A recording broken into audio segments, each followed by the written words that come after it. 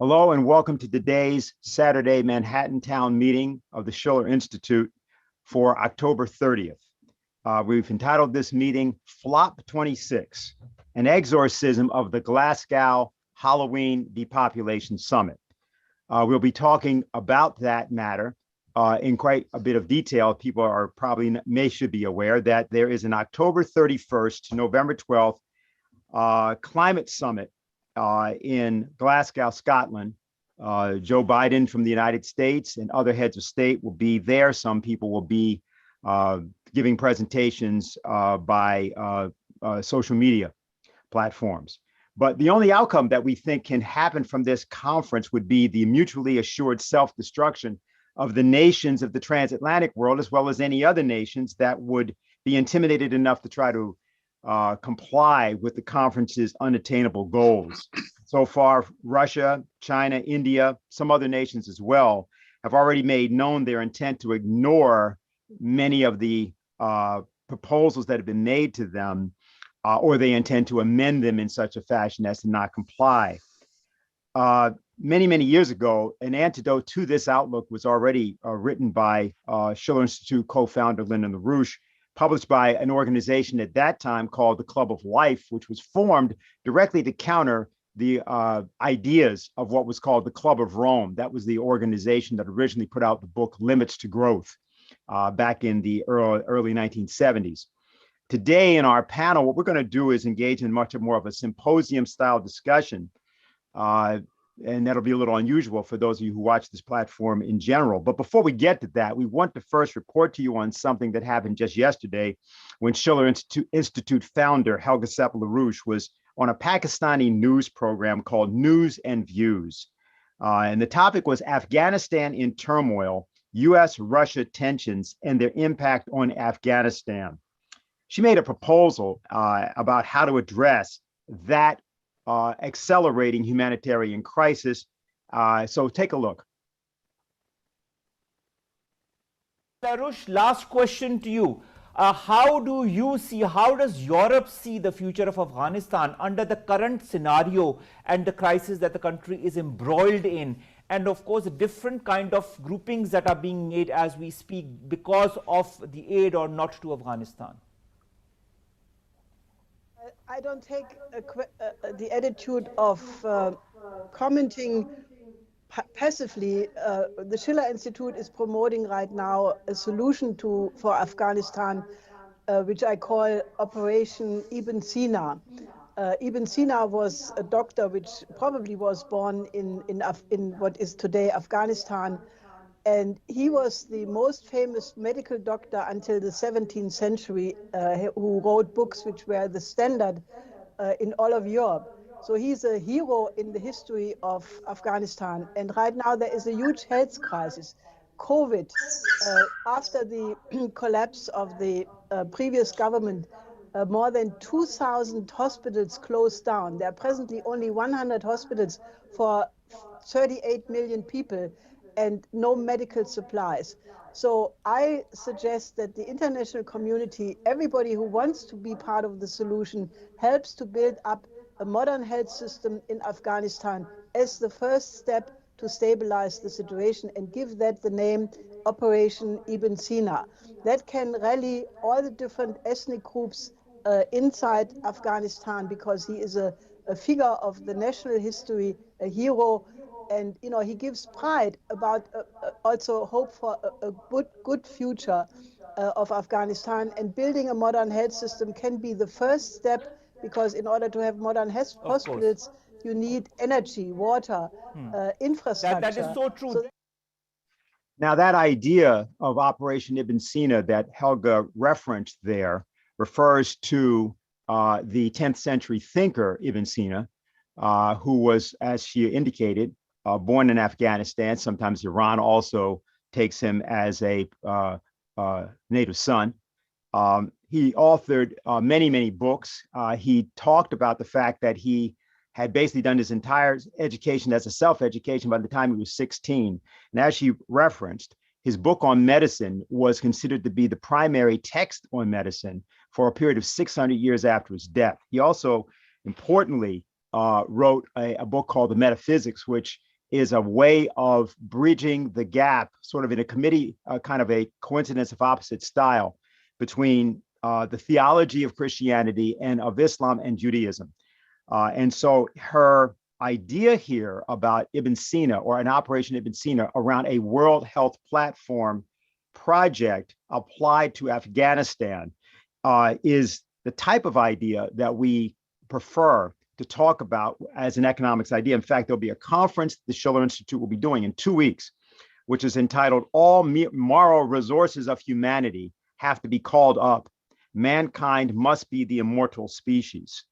Now, the idea that you heard about here for Southwest Asia and Afghanistan had a precursor also called the Eurasian Land Bridge, the World Land Bridge, a little bit later.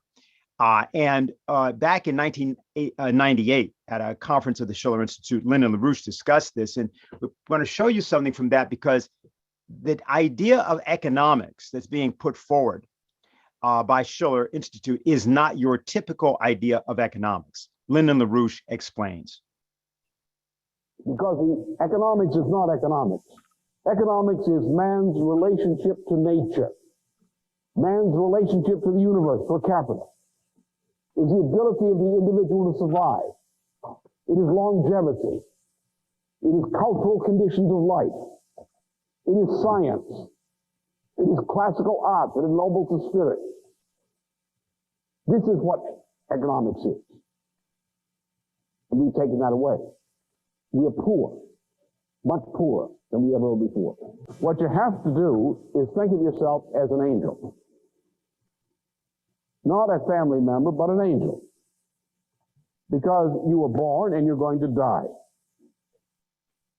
Now you've got to think about that. Not about your pleasure in life, not about the money in the bank, not about the entertainment you receive, not about the neighborhood you live in, but you've got to think about the coming and going of your personal life. Because you're coming into a period of time when that's all that really counts. Bank accounts will be wiped out for most people. Savings will be wiped out.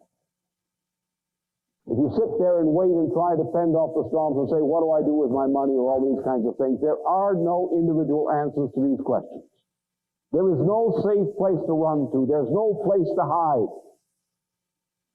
The epidemics and the financial crisis will hit all.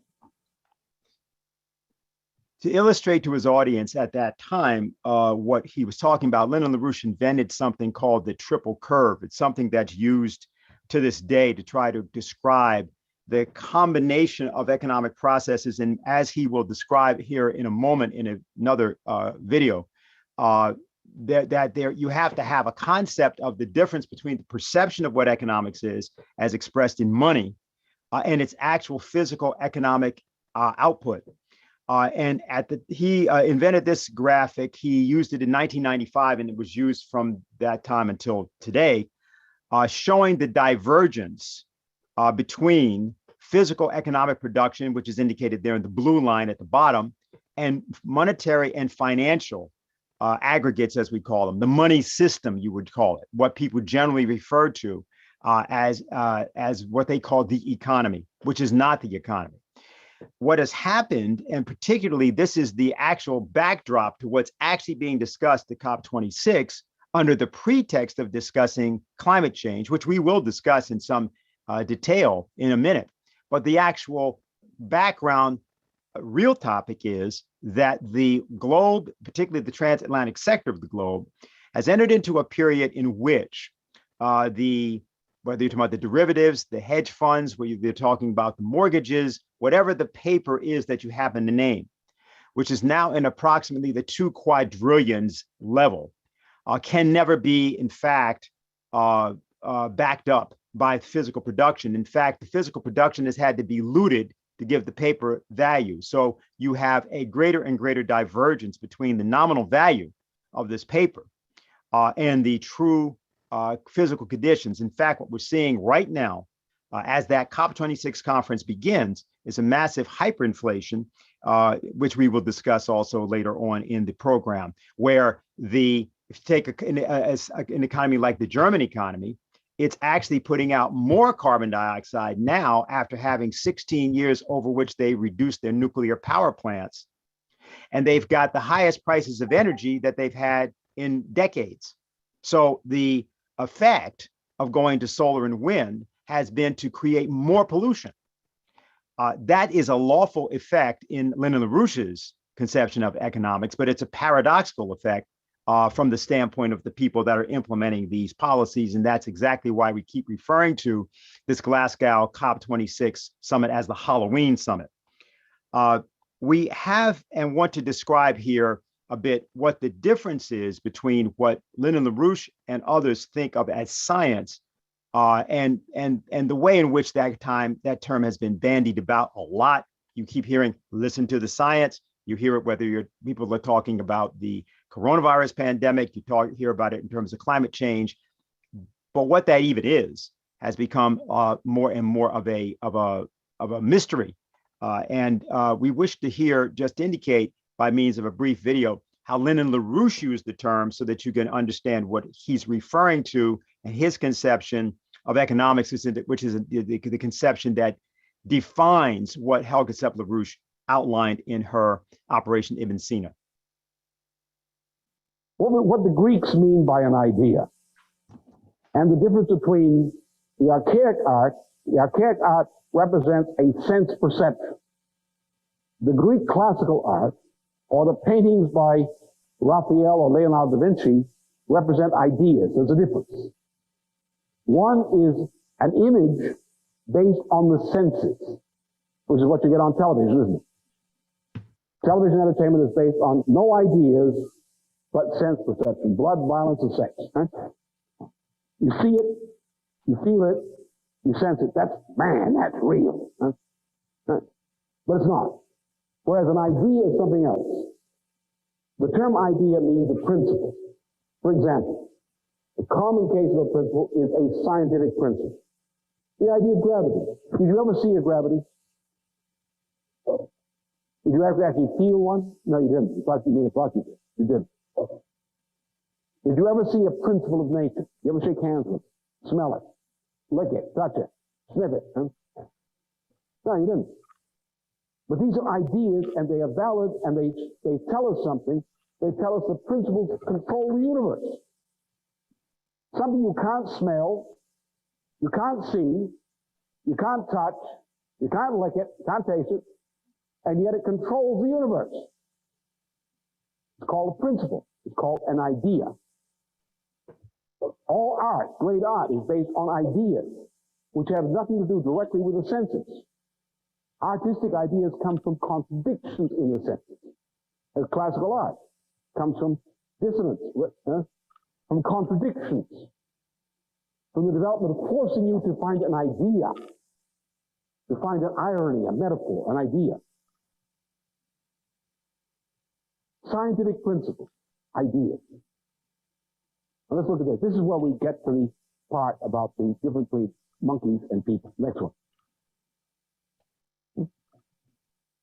There are 4 steps to forming an idea. And I've reduced it to the form which occurs in science.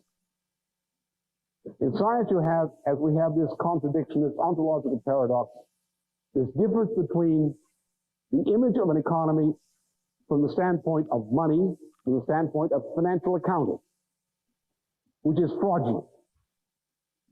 Yeah? But they still collect bills on that basis. Then you have the other conception of the economy, which is based on physical production and things which are essential to physical production, such as education, healthcare, and science services. So you have 2 images of the economy. The fact that the 2 somehow intersect means that there's an irony here, there's a contradiction, there's a metaphor. You've got to explain that metaphor to understand how an economy works.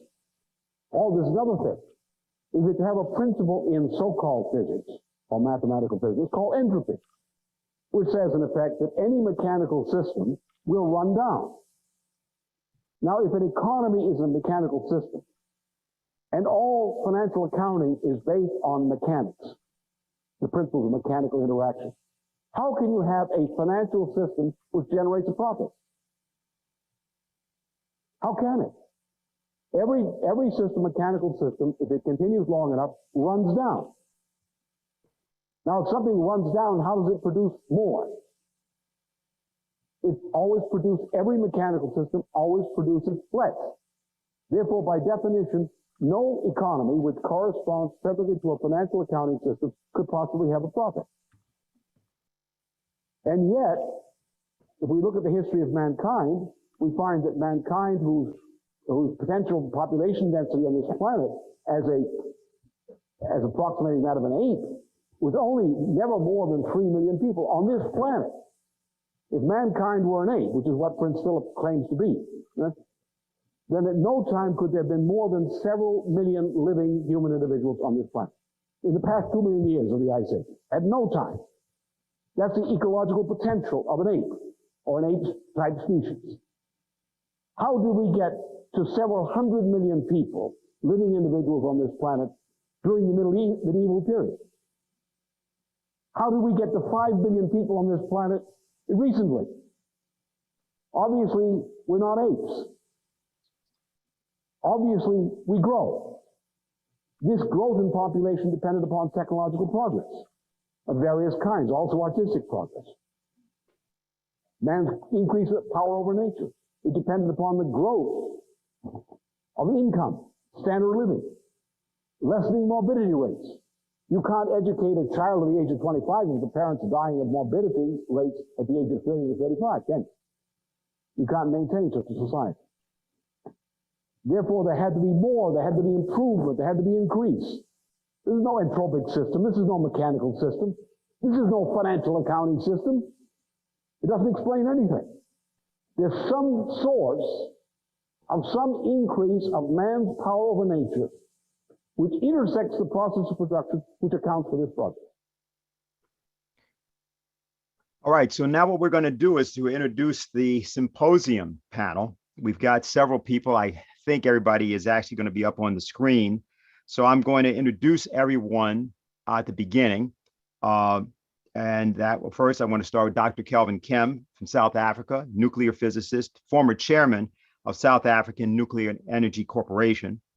Dr. Jacob Goldsmith, who's a professor of chemistry, who's with us from the New Jersey area, United States. And Professor and Dr. Maria Assunção, who's a retired professor from Porto University of Geography, Portugal. And we've got, let me see, I see Anastasia is there. Anastasia Battle is with us. Hi. And I hope Kelvin, Kynan Thistlethwaite, is he there? I don't see Kynan. And of course, there's Diane Sayre, who's the co-host of this show, and to whom I want to go to kind of transition us to the discussion. I just want to say, I'm hoping and we think we're going to be able to have several other young people and others who want to ask questions. We think we're going to be able to get some of them up on Zoom. Otherwise, we're asking that you text questions, and if we could put up on the screen to where people can actually send their questions, we'll get that up in a moment. Okay, in 30 seconds, that'll be up. But let me go right now to Diane, and you can sort of transition us into the discussion. All right. Well, thank you very much.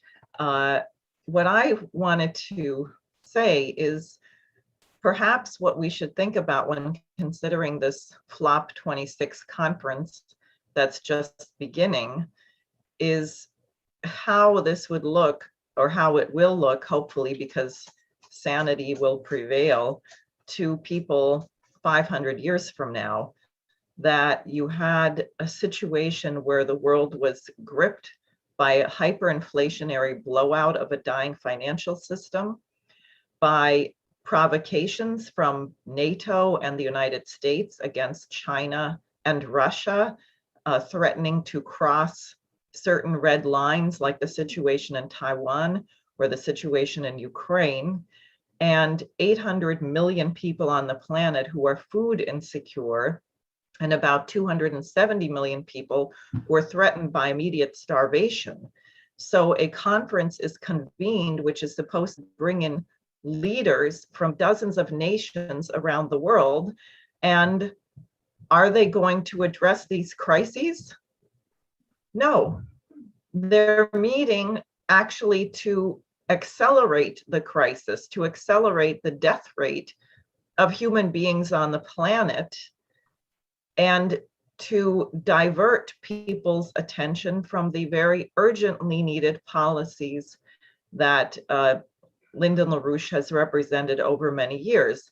That is, if you could get minimally the US, Russia, and China, or the US, Russia, China, and India, as LaRouche had said, to meet to put the entire global financial system through a kind of orderly bankruptcy reorganization, return to fixed exchange rates, and accept the proposal of Chinese President Xi Jinping that the world collaborate to actually eliminate poverty on the planet. That might be a reason to have a gathering of many, many leaders from around the world. So this is worse than preposterous.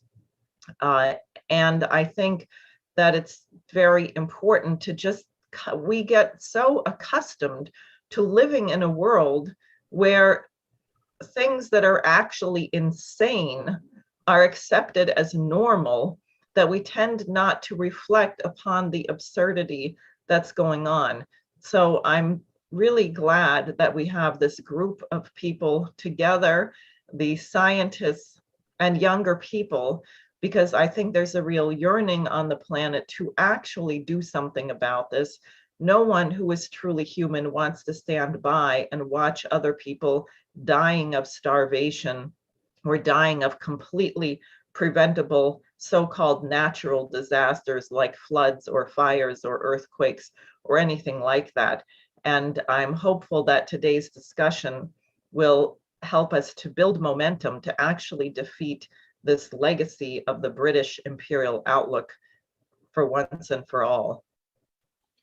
Okay, thanks, Diane. Dr. Kem, let's go to you next. Hold on, I think you're muted. Right. Okay. What are we seeing today? All over the world, there are electricity problems. It's quite staggering. You know, in decades gone by, this wasn't the case. But now what we see is all over there's electricity problems, even running up now to, as you called it, flop 26. The British gas situation has been dire. And so it'll be interesting to see what happens now during the following week. But it's worldwide, this all over it's being reported. Now that's odd. Why is it? Now, the reason is that there's political interference in the production of electricity. It hasn't been left up to the scientists and engineers to produce electricity for the world as happened in the past. So now what happens is the political interference comes along and says, we have to save the planet. It sounds great. Is this true? So now what we have is a pressure to go for wind and solar, because wind and solar apparently is benign. It's called renewable energy because it's apparently infinite. So is nuclear power, by the way. But so now to save the planet, a panic is created. So we have to say to ourselves, is this right? The damage that it's doing, the economic damage around the world of all this electricity drama is horrendous. So is it right? Are we being hoodwinked? Are we being suckered? So let us say, what do we know? Now, as far as this global warming is concerned, it is true that the temperature of the planet has gone up about 1 degree Celsius in the last 150 years. Now, by the way, if I do this, my hands have gone up by more than 1 degree Celsius. So that's the temperature rise we're talking about. Now, we always hear it has gone up by this amount since the industrial age. But that, in fact, is also since the time that Abraham Lincoln was president of the United States and since the time of the Crimean War. So why don't we say since the presidency of Abraham Lincoln? Why don't we say since the Crimean War? No, we hear since the industrial age, which psychologically starts to imply that the industrial age is at fault. But is it? As far as this carbon dioxide argument goes, what is the truth there? The truth there is that over this last 150 years, the concentration of carbon dioxide in the atmosphere has gone up from 280 parts per million to 420, or where it is now. Now, those of you, hopefully everybody watching knows Table Mountain in Cape Town, but if you imagine the height of Table Mountain equaling the composition of the atmosphere, if you imagine now on the top of Table Mountain, there's a rucksack. The rucksack represents the amount of carbon dioxide in the entire atmosphere. Inside the rucksack, there's a tin of jam. The tin of jam represents the amount of carbon dioxide that mankind has added since the Crimean War. So that's what we're talking about. A tin of jam on top of Table Mountain is what all this issue is about. Doesn't that right now make you say, wait a minute, is this true?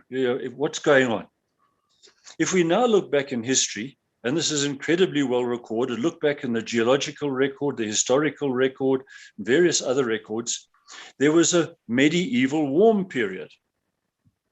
And that was when Vikings settled in Greenland. There was farming. To this day, there are farmhouses in Greenland still there that date from the time that the Vikings were there. So the Vikings were farming, and then it started to get cold. I'll come back to that. If we go back further, the same amount of time, by the way, the same jump of time from now to when the Vikings were in Greenland, we have the Roman warming, and that's well documented. If we go back the same amount of time, we have the Minoan warming. And if you look back, you see these regular warmings taking place. The indications are that the medieval warm period was warmer than now. And it was global. There's some arguments that it was only in the Northern Hemisphere. I had a face-to-face argument at COP17 with the then head of the World Meteorological Organization, and he claimed it was a localized event in the Northern Hemisphere. It wasn't. The physics of that is just foolish to imagine that somehow it only happens in one portion of the planet. There's evidence in South Africa, like in the cave system called the Wonderwerk Caves and others, of that warming period as well. So it was undoubtedly global. So why was it that there were those warmings as well when there was no industrial carbon dioxide at the time? All right. Now we say to ourselves, what else? If we now look at some other physics, we discover that the magnetic field of the sun has been cycling in exactly that same period of time. We can measure this by sunspots. Today we've got space probes like the Parker probe, which is right at the sun now, and so on, is taking incredibly accurate measurements. But in the middle 1700s, from about 1750, 1760, there was a daily measurement of the sunspots on the sun. And the sunspots indicate solar activity. And there's an 11-year cycle where the sun rises up to a maximum. We're going into that now, towards the solar maximum. We went through the minimum about a year ago, and now in the 11 years, we're going up again. That then induces a change in the interaction between the sun's magnetic field and the Earth's magnetic field. That in turn alters the protection around the Earth from cosmic rays coming from deep space. If there's a strong magnetic field, it prevents the cosmic rays coming in. Not entirely, but where you see this is in the northern and southern lights, those curtains of light that come over the North and South Pole. That's where these charged particles come down through the magnetic field and they hit the upper atmosphere, and you get an effect like a fluorescent tube in the natural atmosphere. And that is an indicator. You'll find that that changes depending on the solar cycle. So there's a very accurate measurement of these sunspots from at least 1750-ish, but in fact, way before that, the ancient Chinese, even the Mayas in South America, the Mayan population, they measured sunspots sometimes. And so there's actually indications, the Chinese and so on. So you can see it much further back than that. And the sunspot activity matches up with the medieval warm period, the Roman warming, the Minoan warming. But if you mention to certain green extremists that maybe that's to blame. Maybe that's what's causing the increase in the temperature. No, they don't want to hear that. They want the industrialists to be guilty. Because if the industrialists are guilty, then you can tax them and you can attack them. So what they want is somebody to attack and to tax. If you look in the historic record, you also find that warm periods were linked to health and prosperity, whereas the cold periods were linked to disease, crop failures, and so on. So what we want is warm periods. So say, why are we panicking if we're going into another warm period, which historically has led to health and welfare? You see? Now, is there climate change taking place right now, let alone a climate crisis, right? And it just isn't. Is there climate change? No, there's no evidence of climate change. Climate varies over 30 to 40 years. You cannot say we had a big storm yesterday, it's because of climate change. That is just unbelievably foolish. A climate is something that you measure over a 30-year period. If you go to the Sahara Desert, you expect a certain type of climate. If you go to Alaska or something, you expect a certain type of climate. It doesn't change like on a daily basis, all right? And also, you look at certain numbers which are suppressed and overlooked and so on. If you look, what is the decade during which most hurricanes struck the coast of the United States? The decade during which most hurricanes struck the coast of the United States was the 1940s, not now. But if you point that out to people, say, no, don't tell anybody. We don't want them to actually know the truth, you see. So what is going on? Single weather events are not climate. They're not even climate related, that you can't say that climate's changed. That's why we had the flood last week and so on. You're ever seeing world leaders saying this? It's just laughable. Now, in between those warmings, there were cold periods. There was one, the most recent is called the Little Ice Age, LIAS. You can look it up very easily. It's exceedingly well documented. The Little Ice Age occurred during the time of Shakespeare, also during the time when the Pilgrim Fathers went to the United States, which became the United States, settled there, and also in South Africa's case, when a fellow called Jan van Riebeck came out from Holland and landed at what is now Cape Town, and started a halfway colony there for ships trading to the Far East. That happened when food prices were going up in Europe due to the cold. There were crop failures. People left Ireland, for example, and went to the United States in droves because of failures of the potato crop and so on. As we came out of that Little Ice Age, the Little Ice Age was coming to an end by the time the 1800s arrived. That is the time when settlers came to South Africa from England, because they were getting out. A lot happened at the beginning of the 1800s, at the end of this Little Ice Age. But now we use that period, the 1800s, the end of the Little Ice Age, and we say that's the optimum climate. That's the time when there was this 280 parts per million carbon dioxide in the atmosphere. But we know that higher carbon dioxide levels in the atmosphere is very good for plants. One of the things we've seen in the last few years is the increase in CO2 has led to a greening of the planet. We're seeing much more greenery, generally speaking, and yet nobody wants to tell you about that. So why is that 1800s period the ideal climate? Alarm bells should be ringing. You should be saying, wait a minute, there's fundamental flaws. There's snags, that all this science that you hear created is not right and is not the end of the story, particularly when you leave out the sun. All right. So now you say, let's look at the link to the politics. What's going on? It's not scientists doing all this. It's the politicians that are telling you this. All sorts of people climb in on this now because you can make a big fuss. You can say, I'm saving the planet. It's a very glorious thing to do.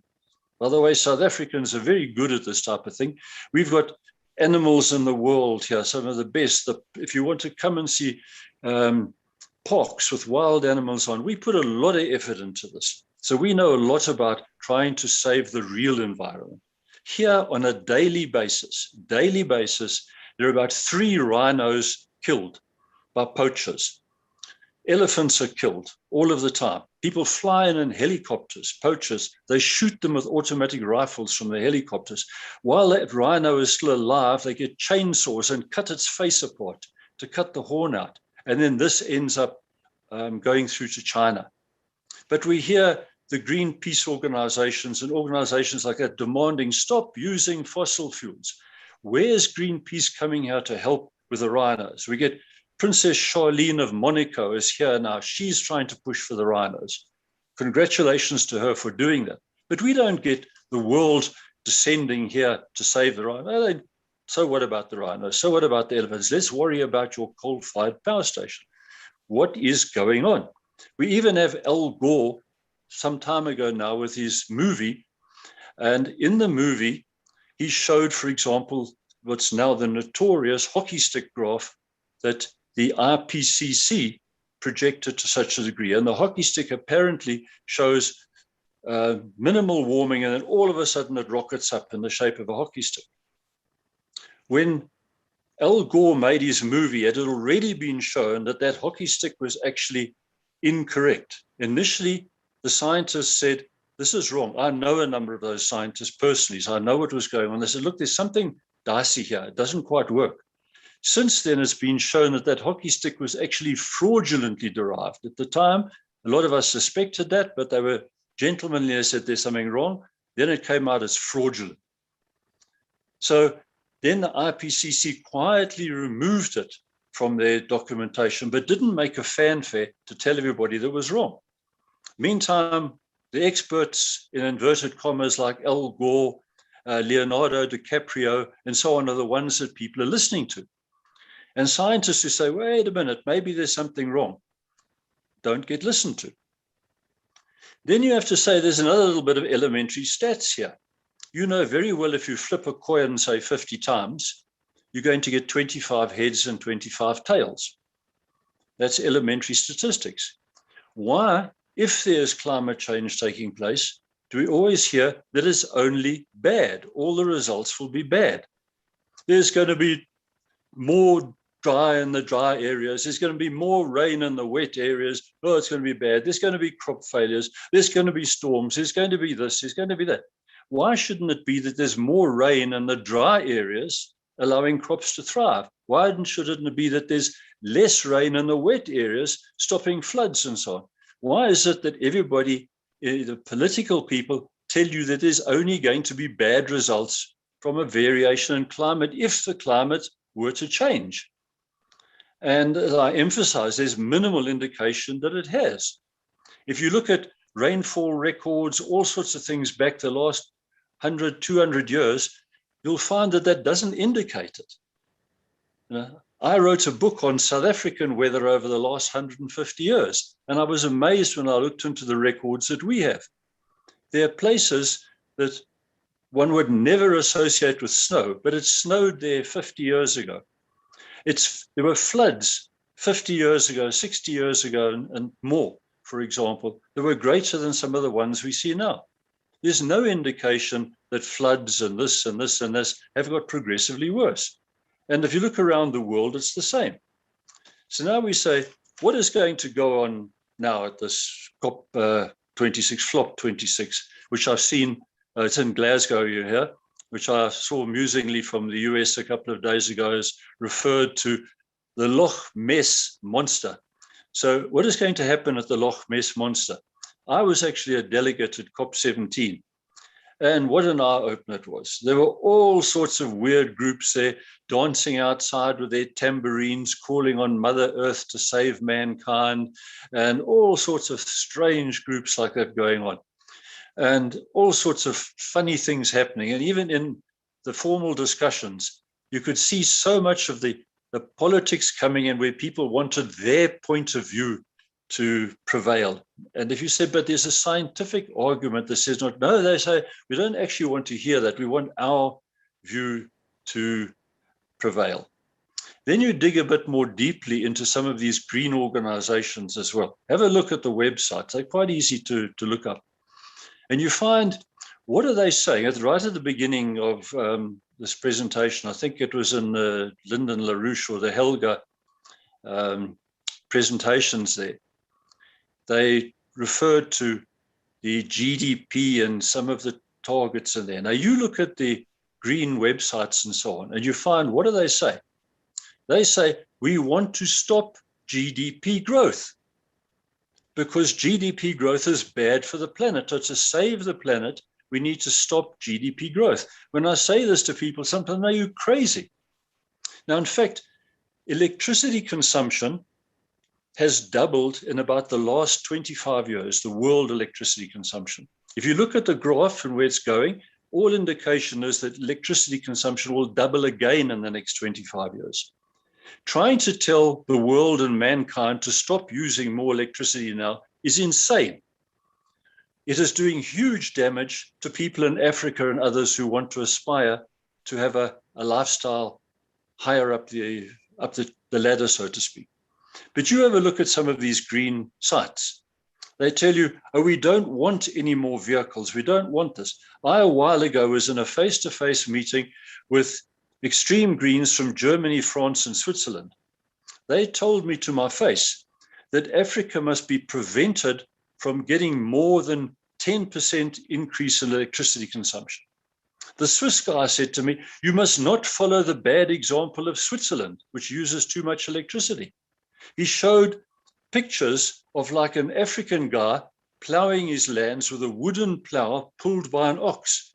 And he said, that's the right way to do it. Do not get a tractor, because then you have to burn diesel, and the diesel gives off fumes. Then you've got oil, and the oil can drip in the ground, and you need to build a factory to make the tractors. So you mustn't do that. You must live in harmony with Mother Nature. He showed a picture of an African woman carrying a bucket of water on her head from the river. He said, you must do that. Carry water from the river. That's the right way to live with nature. We don't want a pump pumping the water up, because the pump now has got to be lubricated. It's got to have electricity and so on. So that tells you, why is it that a lot of these people, for example, are anti-nuclear? Nuclear emits no carbon dioxide. So from this argument, if you want to prevent carbon dioxide emission, nuclear fits just great. Recently in the EU, they declared nuclear to be environmentally friendly from the point of view of emitting no CO2. Then promptly people said, no, but it's not really, because what about the waste? They don't embrace it. The extremists say, no, that's a solution. No, they say that's bad too. Why is it bad? Because you can produce large amounts of electricity and build more factories, produce more motor cars, produce the tractors, produce the pumps, and build all these things. And those people in that meeting said to me, we don't want more electricity. We want to limit the world electricity supply to save the planet. And the way you limit world electricity supply is you use solar and wind, because there's no solar at night, and you got to rely on when the wind blows. They said, that's just great. And when you say, but you can't build an economy like that, they say, but that's okay. We don't want to build an economy. And the logic of their approach starts to fall into place. They don't want more motor cars. They don't want more air conditioners. They don't want more construction. So Leonardo DiCaprio tells you, stop eating red meat, for example, and all these types of controls of government over the daily lives of people. And that's where we're going. And is this right? Personally, I'm seriously concerned about that. Thank you. Well, thank you very much, Dr. Kim. We'll see if you may have a comment on some of the goings on a little bit later at COP26. I'm looking for somebody to make a comment on vegetarian ecofeminism myself. An actual thing, by the way. We'll reference that. I'd like to go, if I can, to Professor Asuncao, if she's there. Hi. Very good. I think you're muted. Unmute yourself. Yes. Okay, now I am not. Okay, very good. Yeah, I am. Okay, I'm very happy that the last intervention was so clear and so good on the scientific point of view, because what I'm going to do is something a bit scientific too, not political, because I am a professor. Well, I was a professor till 6 months ago, and I still am a professor, so I want to make people understand things about the environment. So I'm going to present a PowerPoint here. I hope you can see it. and I share this PowerPoint with you. Okay, so you see the name. LNB scenarios versus objective data on sea level changes, because sea level is one of the problems that everyone is talking about. They say that the coastal areas are going to be inundated, and so people must flee from these areas, and so there will be millions of persons that must go away from the coastal areas where most of the people of the world lives, and so it will be a disaster, of course. Okay, so I am making also a kind of tribute to these people, Professor Niels Axel Morner and Thomas Wiesmuller, which I knew quite well, and I was a close friend of Professor Morner, and they died some months ago. So I think that their message must be taught again and again, so people don't forget it. This is the last picture I took from Professor Morner about 1 year before he died, and he was climbing a 90-meter cliff at Berlenga Island in western Portugal. So it was a man that liked very much to be on the field. He was not a geologist that was working in his cabinet and working with maps and with figures. He wanted to go to the field. He was looking at these cliffs to find how the sea level was playing in the last centuries. So this is really a lesson that all we must know.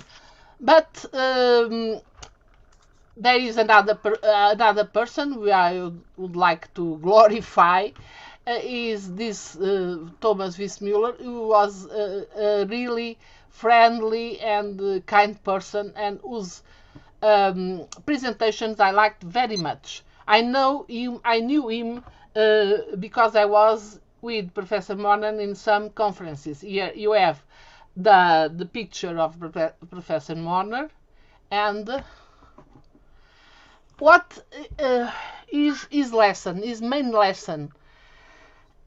First, you must get real information, scientific information about sea level, of course, and you must think by yourself. You must not believe everything that the media tell you, because they know nothing about this subject. I'm going to tell you something about this, and you will see it's not such a simple subject. And so you need to learn, you need to have scientific ideas, you need to think by yourself.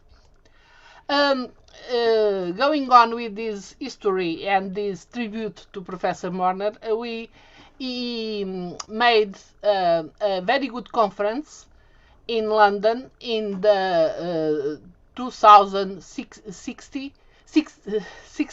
Sorry, numbers are terrible for me. In London, I was there. Here you have the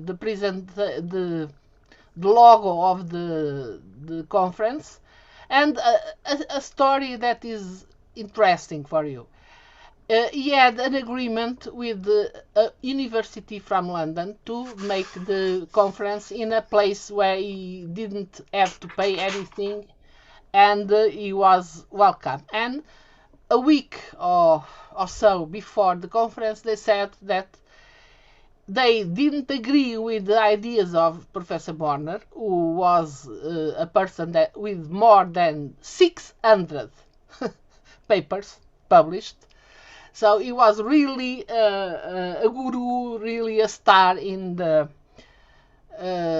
sea level community, and he had to pay another place, and he had to change, and so what happened in the next year? We were together at Rome, and I told him, I'm sure that in my university he will be welcome, so I will arrange a conference for you in Porto, and you see the image of Porto, and you have this link, so you can see all the presentations, the abstracts of all the presentations. It was a very good conference, I must say. But here you have the photograph of my city. I invited to come here because it's really beautiful. And what happened? It happened that some days before the conference, I knew that, a little going back. Here you have the link. By the way, all these links are in the presentation, the PowerPoint presentation, so you can explore them, and they are working, I think. At least I did that on this. Okay. What happened? It happened that some people of my country, exactly 65 people on the scientific and cultural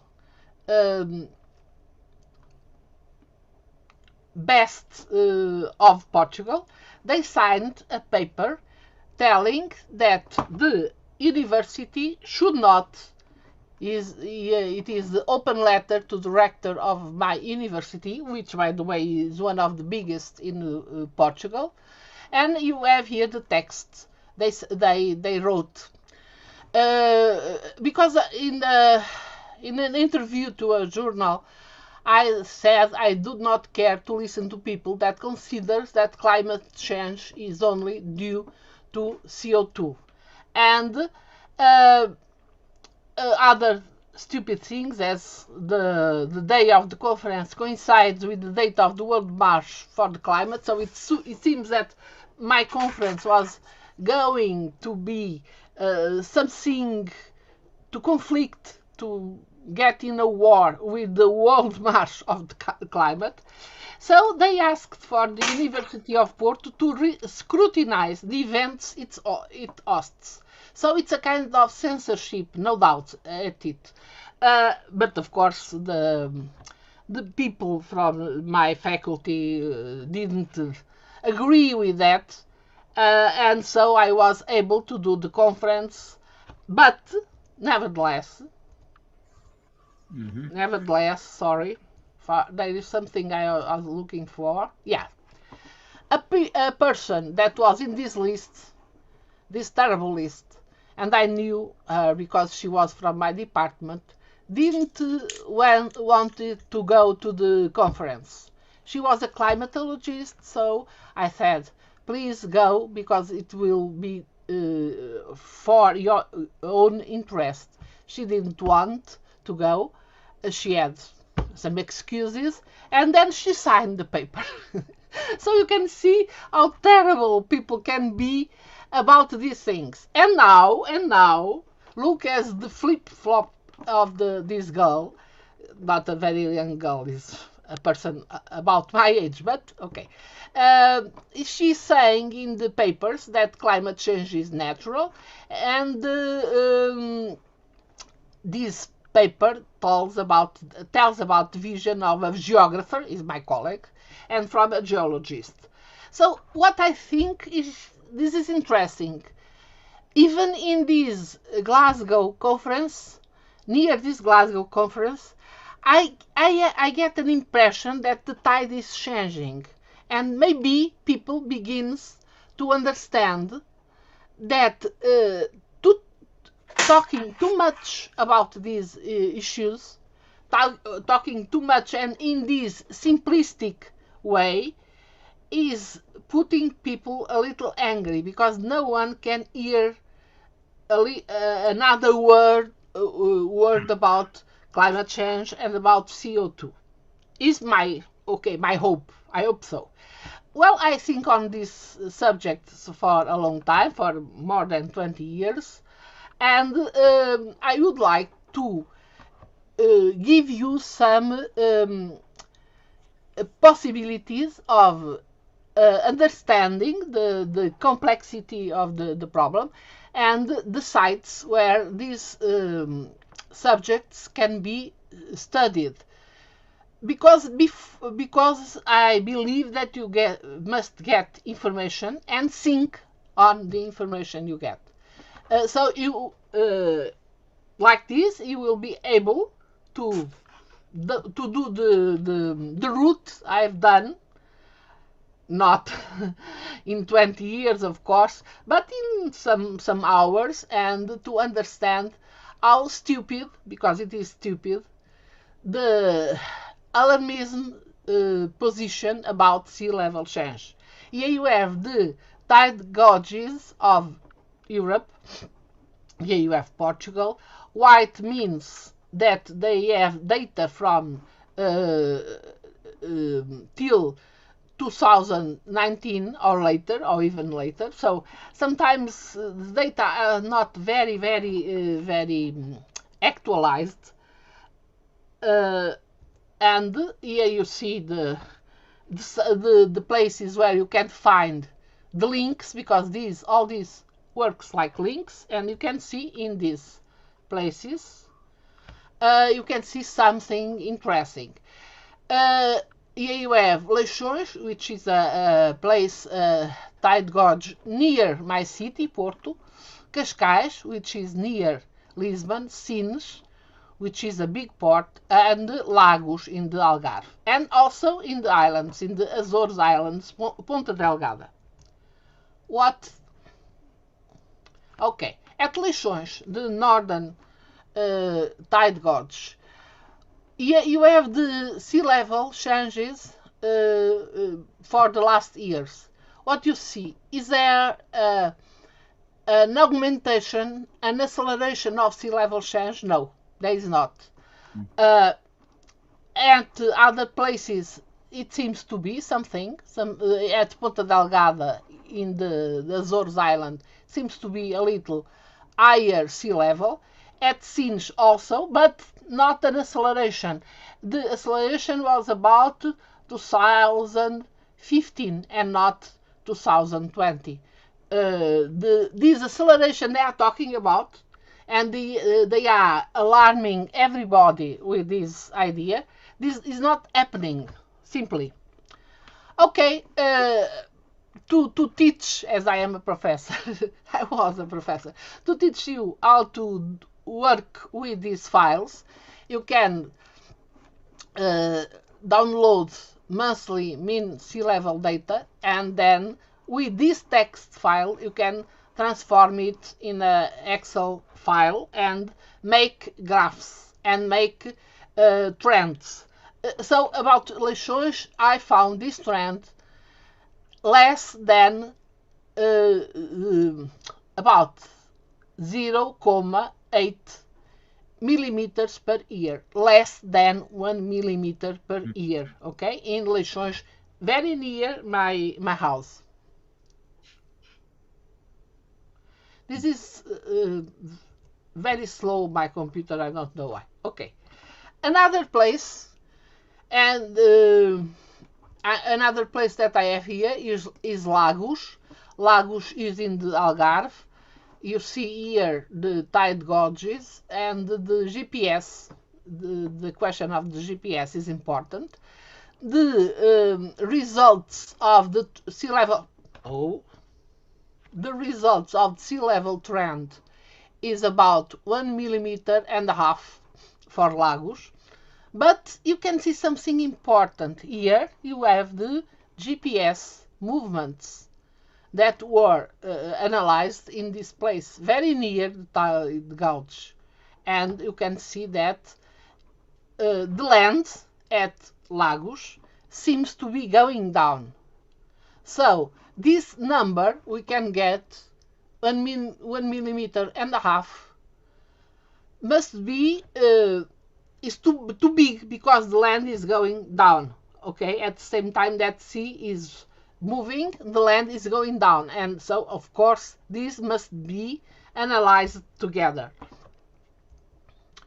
What we could get for Portugal, I'm not going to be too tedious for you. there are no data published on the internet. I'm only trying to do some arrangements, and so what I got was about this number for Leixões, near my city, for Cascais 1 millimeter, 0.28, Ponta Delgada a little more, but I must say that Ponta Delgada is a volcanic island, and the distance between the tide gauge and the GPS is more than 1.5 kilometers. So it's too far away, and so they can be a differential movement between the place where the tide gauge is and the place where the GPS is. So at Lagos you have a movement about less than 1 millimeter per year. A movement, let me say, a sea level change, a relative sea level change. So what we are doing is to see the value of the tide gauge, and then you subtract the movement of the land, of course, to get the absolute sea level rise. That's the problem that is important for us. Okay, there is a site called Sonel where you can get all the land movements in all the world. And you can see there are places, most of the places you have subsiding, but in the northern areas where you had glaciation about 20,000 years ago, the last glaciation, you have the land is rising because, of course, the compensation of the burden of the glaciers in these times. Doing that and trying to get the absolutely sea level change for stations near Portugal, you have all these stations and the values, the absolute sea level trend. So what we imagine, deducting the land movements, that sea level is going up, okay? Because of course, if the land is going down, this is not sea level, real only sea level. It is the combination of sea level and land movements. And so what we have is an average of about 1.5 millimeters for these stations near the Iberian Peninsula area.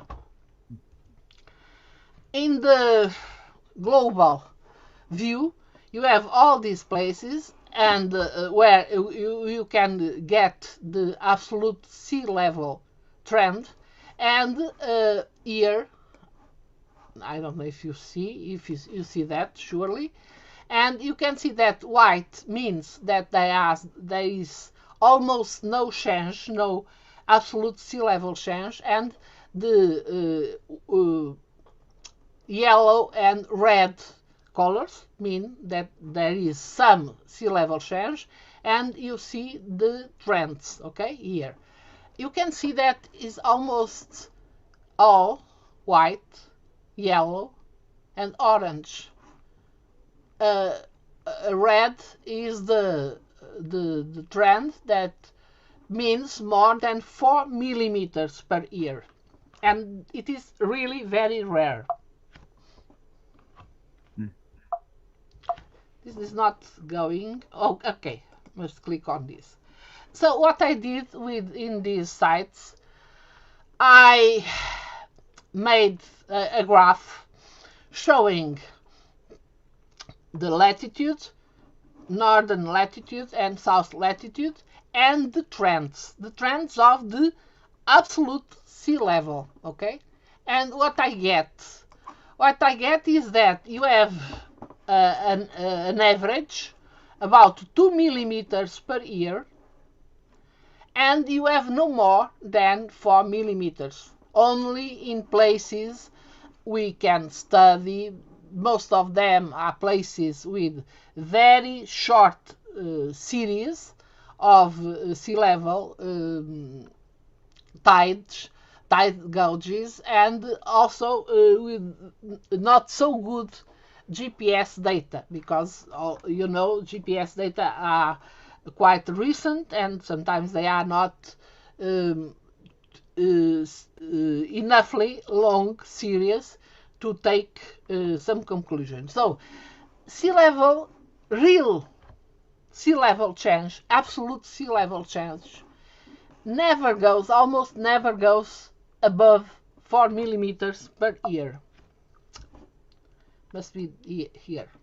But you have another way, of course, of studying sea level changes, that is the altimetry, satellite altimetry.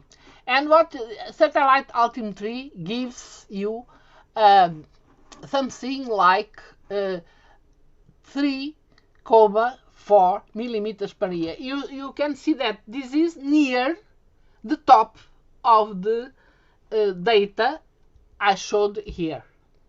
Okay, so is a kind of stupid to think that this data have problems. I will tell you about it in a moment. This data gives about the double of the sea level changes that the other data, much more analytic, much more scientific, much more Earth well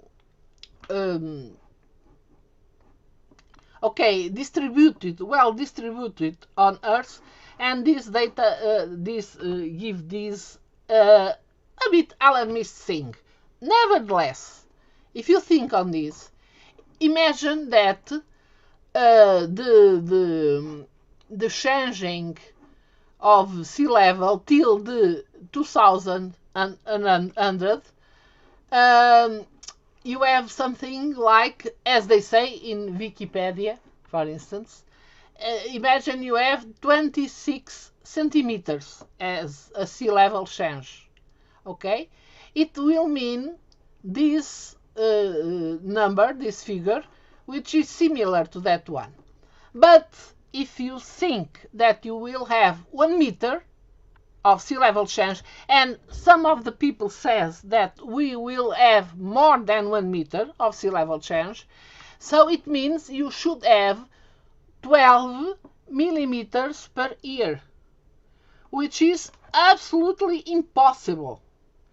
Only in the last the demise of the last glaciation, where sea level was really coming up from 120 meters below actual sea level, only at that moment sea level was changing about 9 millimeters per year. So this is a stupid number, absolutely against all scientific ideas and all scientific knowledge. But it is this kind of number they are telling us is going to happen. You saw that there is no acceleration of sea level change, and so this is pure and simple an alarmistic thing that is important to try to put people to make people be afraid, and so make people do what they want. It means to buy electric cars. It means to believe on the renewable energy, and so on. You know what is about. If the pace of global sea level rise more than double from 1 millimeter per year through 3,6 millimeters from year is not true. This is not true, as I can show you with thousands of sea level curves we can do with this permanent surface forming sea level site. And there is another thing. These satellite data, altimetric satellite data, which are done by the satellites trying to measure sea level at sea surface, they are mostly made for studying the marine currents. So you see here, for instance, you have higher sea level, about 1 millimeter per year of rising sea level. It's related with the Gulf. Oh my God! Sometimes I don't remember the words. The Gulf Stream, and of course here there is a hot current too. So this is specifically said that this kind of data cannot be used to predict relative sea level changes along the coasts. Is good for seeing sea level changes in open sea. And what we have to do with sea level changes in open sea? Almost nothing. What is maybe a problem for us is sea level changes along the coastlines where we live. And if you have sea level rise here in the center of the Atlantic, you won't bother anybody. So, in conclusion, if we study together tide gauges and GPS data, the values of sea level rise, discounting the movements of the continent, are on average 2 millimeters per year, and this is counting with outliers, and so I don't believe it is 2 millimeters per year. Satellite altimetry gives a figure of 3,4 with many corrections. All these are corrected data, and we must understand that even about climate data, the NASA climate data are corrected. And you can see that they are corrected because they show different curves with corrections, without corrections, and so on. And of course, the corrections are always in the sense that the older temperatures are lower and the recent temperatures are higher. Why? Of course, there is a political and something that smells very bad about this. Is not science, is trying to change the data so people believes on something, the narrative they are trying to tell us. And of course, this satellite altimetry can't be used to assess what really matters, which is sea level variations on the coastline. And now I finish saying that Professor Morgan's usual message was that we should not be alarmist about the issue of rising sea levels. Sea level will be rising for eustatic reason, really, because the climate is going a little warmer, linked to the warming after the small ice age. The little, I wrote small, it's not small, it's little ice age, and the trend will be about 1 millimeter a year, discounting the tectonic movements on the mainland side. If you analyze this graphic, it is from 1830 to 1970, 12 centimeters of sea level rise will give about less than 1 millimeter per year. So I think that the good number is 1 millimeter per year if the climate is really getting warmer. And of course, you can see these some of these informations on these sites. There are a lot of links. I hope you can explore them all. There is also some videos from this London conference in 2016, and I think the conference from Morner and the conference from Thomas Wiesmuller, and even my humble conference will be interesting for you to understand a bit more about that. And I think this was all. So I hope you understood what I tried to say. My English is not so good, and I am not doing this kind of things for some time. It's a question of habit. But of course I am available for you to ask what you want. And thank you for your attention. Well, we thank you very much, Professor. What we did understand very clearly is that a bunch of people went after you because they disagreed with what you had to say, and they tried to shut you down, and you were not shut down. We appreciate that you're here with us, right? Many of us knew Tom Weissmuller very well.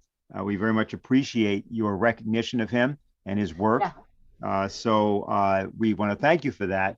And I think that these lessons that I got from Weissmuller and from Professor Morner must not be forgotten, because with all these conferences about climate change and so on, it's difficult, very difficult, really, to talk a different story from the one we listen all day when you turn on the TV.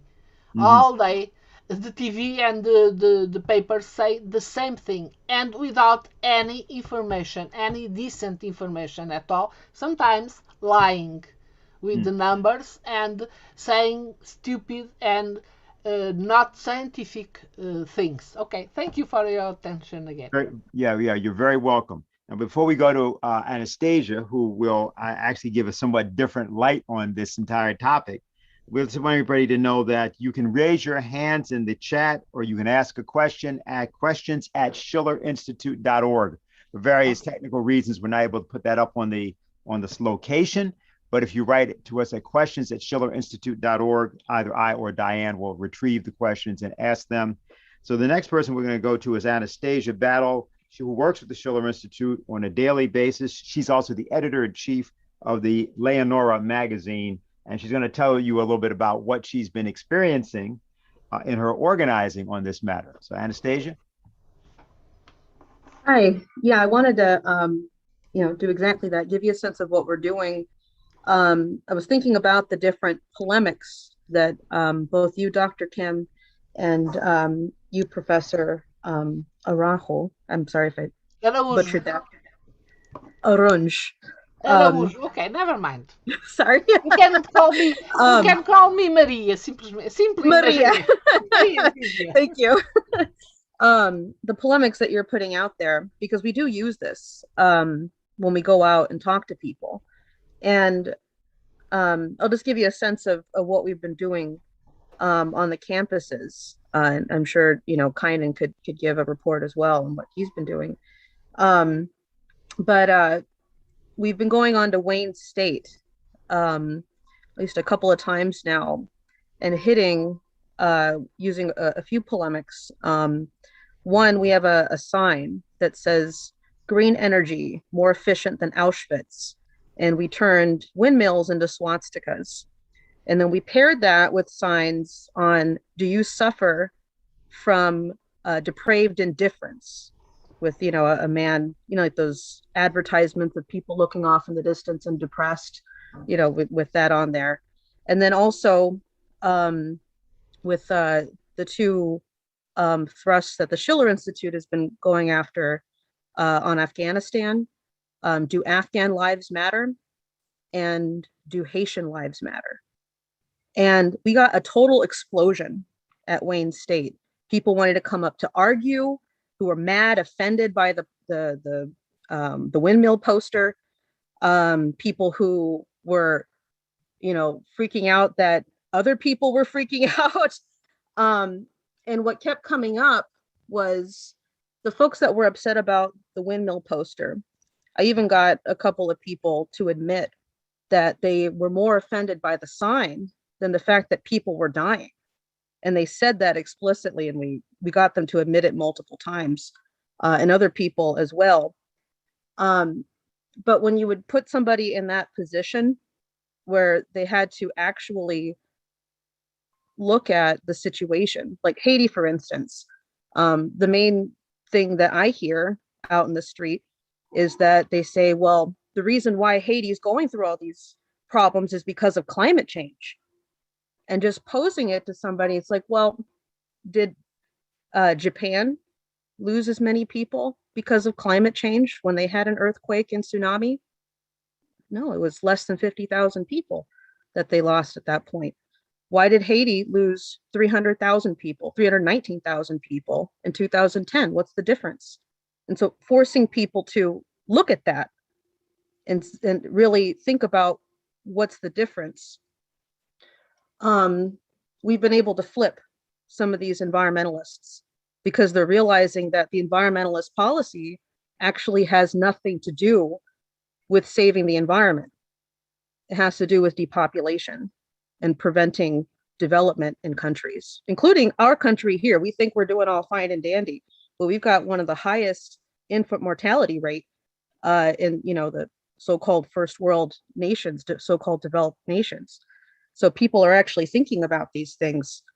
You know, it's hard, you know, when you have somebody who has been so wrapped up in the, say they're a climatologist or something like that, or they're studying environmentalism in school, and they think they know all of this stuff. And I had a student who actually asked me what my credentials were, as if that was going to be the reason why she could disprove me because my credentials was this or that, or, you know, do you even know what's going on? And I asked her, well, what credentials did Einstein have when he made his discovery? And she just blew up. Like had a whole yelling match. But the thing that was interesting though is that throughout all these different kinds of battles we were having on the campus, on these campus deployments, you actually have students who gather, pardon my cat in the background here. You have students that would gather 20, 30 at a time who were watching these discussions unfold. And then they start coming up afterwards or talking to other organizers saying, that's kind of crazy what that person's saying. Why are they just yelling at you? You're just posing a question. Why is this a problem? So there's been a serious, there's an emotional attachment, which I think really is linked to cynicism. In my opinion, I think it's linked to a serious cynicism about humanity and what these folks that are freaking out like that, they actually don't know why they're so mad at humanity or they hate people or something, but they're expressing it in this way when you start posing these questions. Anyway, that gives us an opportunity to pull it out, or at least if they don't figure it out at that moment, the other students who are watching can say, oh, that's nuts. I don't want to do that. And then I really appreciated what you went through, Dr. Kim. You know, with these, there's a lot to work with here, especially around, you know, when you get into the science part of it, because often, like I was saying, these people who are fixed in that, or they think they know what they're talking about, they really don't. And you start posing these questions in this way, not in a, you know, you idiot, you stupid, you know, whatever, but start asking questions. What about the sun? What about the solar spots? What about, you know, I remember you were talking about coronal mass ejections and these kinds of things, or getting people to stop looking at these models and actually looking at what the real data is. So anyway, I wanted to give you guys a picture of that, of what we're doing. I think it's really important because we are taking what you guys are doing, what you guys have done, and trying to use it in the streets and talking with folks. And it does work. We can flip people because that is what we're trying to do. We're trying to get people to see what's truthful and not just tell them that they're stupid and wrong, but get them to understand why the idea that they're promoting is stupid and wrong. So I'll end it there and pass the torch here. Sure. Thank you. Yeah, thank you, Anastasia. Also, what we'll do, we'll have Dr. Kem take a crack at responding to that in just a minute. But before we do it, I want to bring Professor Goldsmith into the discussion, so he may have some reflections also in another way, looking at it from, the professor's standpoint of what they run into. So yeah, that'd be good. Yeah. So Dr. Goldsmith, you want to say a few things? Yes. Can I be heard? Yes. Okay. Wonderful. Thanks for those presentations. They were quite enjoyable. One of the things that stood out from me is definitely the lack of truth and the lack of science. And also how hard it is to talk about climate change in an academic setting. There's 0 colleagues I have where I currently work who I could talk to and say, hey, how about the sun? They'll look at me like I'm crazy. Like literally, they'll look at me like I'm crazy. And these people have doctorates in chemistry. And I would also make a distinction as well between environmentalism, which is basically, I don't want to be poisoned by my environment. I want to have clean food, clean water, all of that wonderful stuff, which is great. And also clean energy, not necessarily wind or solar, but nuclear, right? And so those are the challenges that we face. And the other challenges that you sort of face is, well, okay, so let's go to green energy. Let's do solar and wind. Well, where do we get aluminum? Where do we get concrete? How do we make steel with solar power? It's nearly impossible. We'd have to have like a whole state to just make like one steel plant. I wish I had some numbers, and maybe some of us as a group can collaborate and get some numbers and put that together. And these are the challenges, really, in the academic realm, just talking about it. Also, a comment on the hockey stick curve. If you take the hockey stick curve and you put a 0 in there, it kind of just looks like a little wiggle. Doesn't look like a hockey stick anymore if you put the origin in that plot. So those are my brief comments. If anyone wants to hear more or collaborate and get some graphics to look at sort of production of aluminum, concrete, steel, some of the heavy electrical uses, and put them in a graphic, I'd be happy to collaborate with them. So thank you, everybody, and thanks for the invite. Great. I think we'll just hear from Kynan now, and then we'll come back because I'm sure various people in the panel have things to respond to one another with. And there are a few questions that have come in. So Kynan, if you would speak at this point. Yeah. Hi, can you hear me? Yes. Okay, great. No, thank you all for your wonderful presentations, especially Dr. Kelvin Kem's, because I think it gets exactly to the root of where this so-called climate change business comes from. And the problem is that it's an enforced policy of underdevelopment. You look at all these people in Africa, who are burning charcoal, burning dung just to heat up their food. And of course, I think Kem mentioned that has, in some respects contributes to, CO2 production, but they're essentially telling these people, listen, we're only going to allow you to produce solar panels. We're only going to allow you to produce wind, but you can't produce anything else. You can't produce fossil fuels, which we know are efficient. You can't produce electricity. You can't have a modern economy.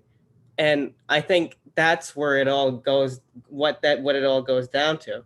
It's enforcing underdevelopment on people and preventing people from actually having a modern society, a modern economy. And one more thing on what Anastasia talked about, because I was actually out there with her as well, along with my friend Jose in Detroit, organizing to stop this Green New Deal.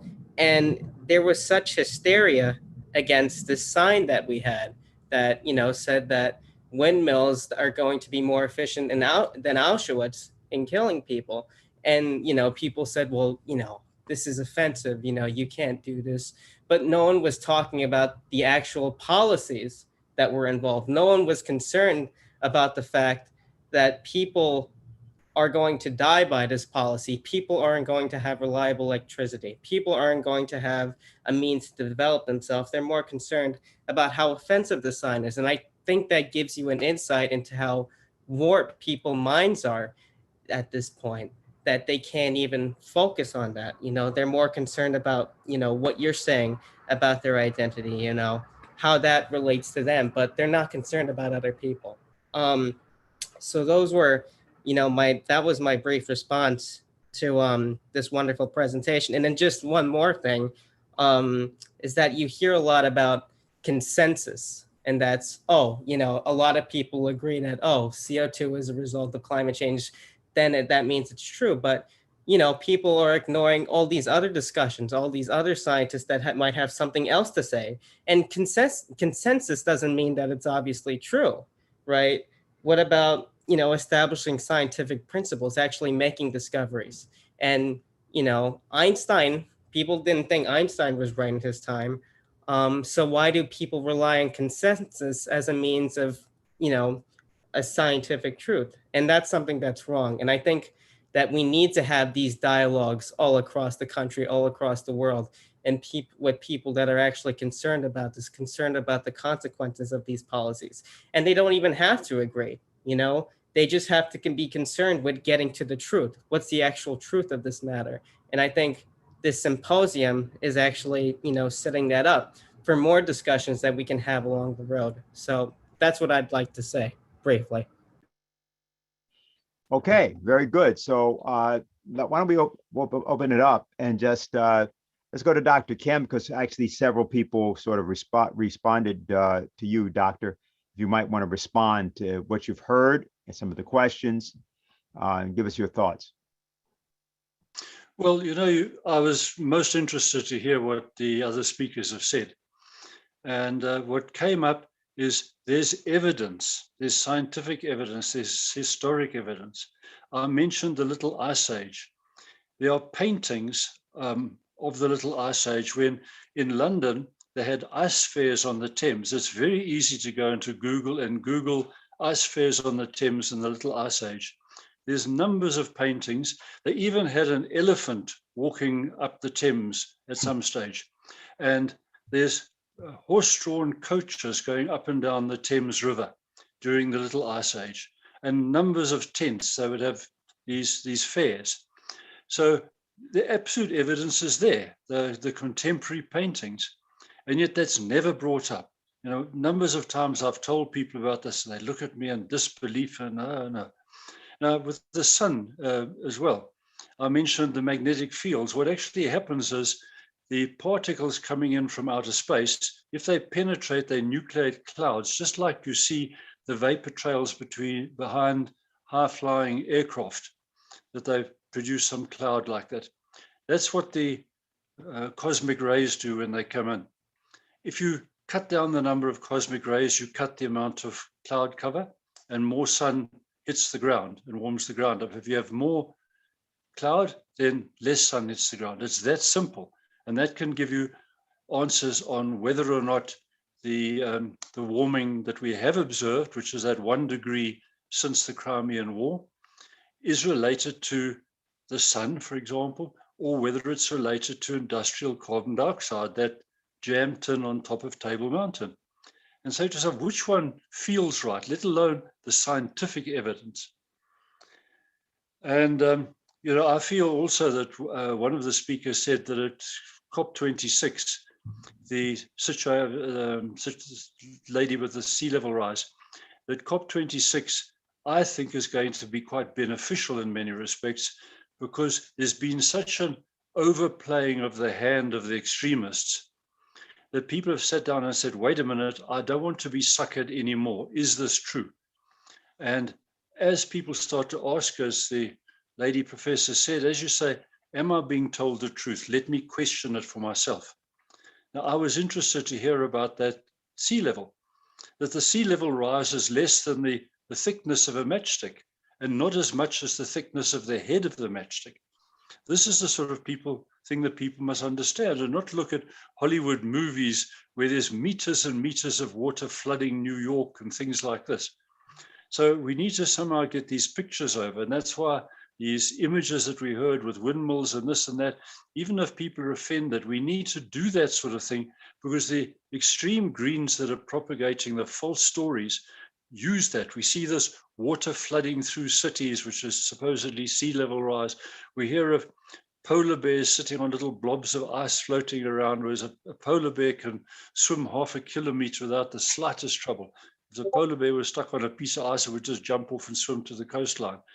So the polar bear numbers have been increasing. So it's just not true. Now, another one which is getting to me these days as well is this hydrogen story. Because in Germany, the wind and solar just was not working. There were these big gaps when nighttime and the wind doesn't blow. So they said, okay, what we do is we produce hydrogen. So the idea is now when you've got surplus solar and wind, like at lunchtime when the wind's blowing, then you take that surplus and you make hydrogen out of it. It's easy to make hydrogen. You can make it in your own kitchen. We did it as a school project when I was at school. It's dead easy to make hydrogen. So there's nothing complicated about that. Now, hydrogen is not an energy source. You've got to say, what is the energy source, and go back to the original, like uranium in the case of nuclear, sun in the case of solar, coal in the case of the actual coal. If you put the energy into an intermediate state, it's like putting it into a battery. There's a law of physics as well, which tells you that every time you change the state of the energy, you lose some of it. You can't put energy into a battery and then take it out of the battery and get it all back. You lose some.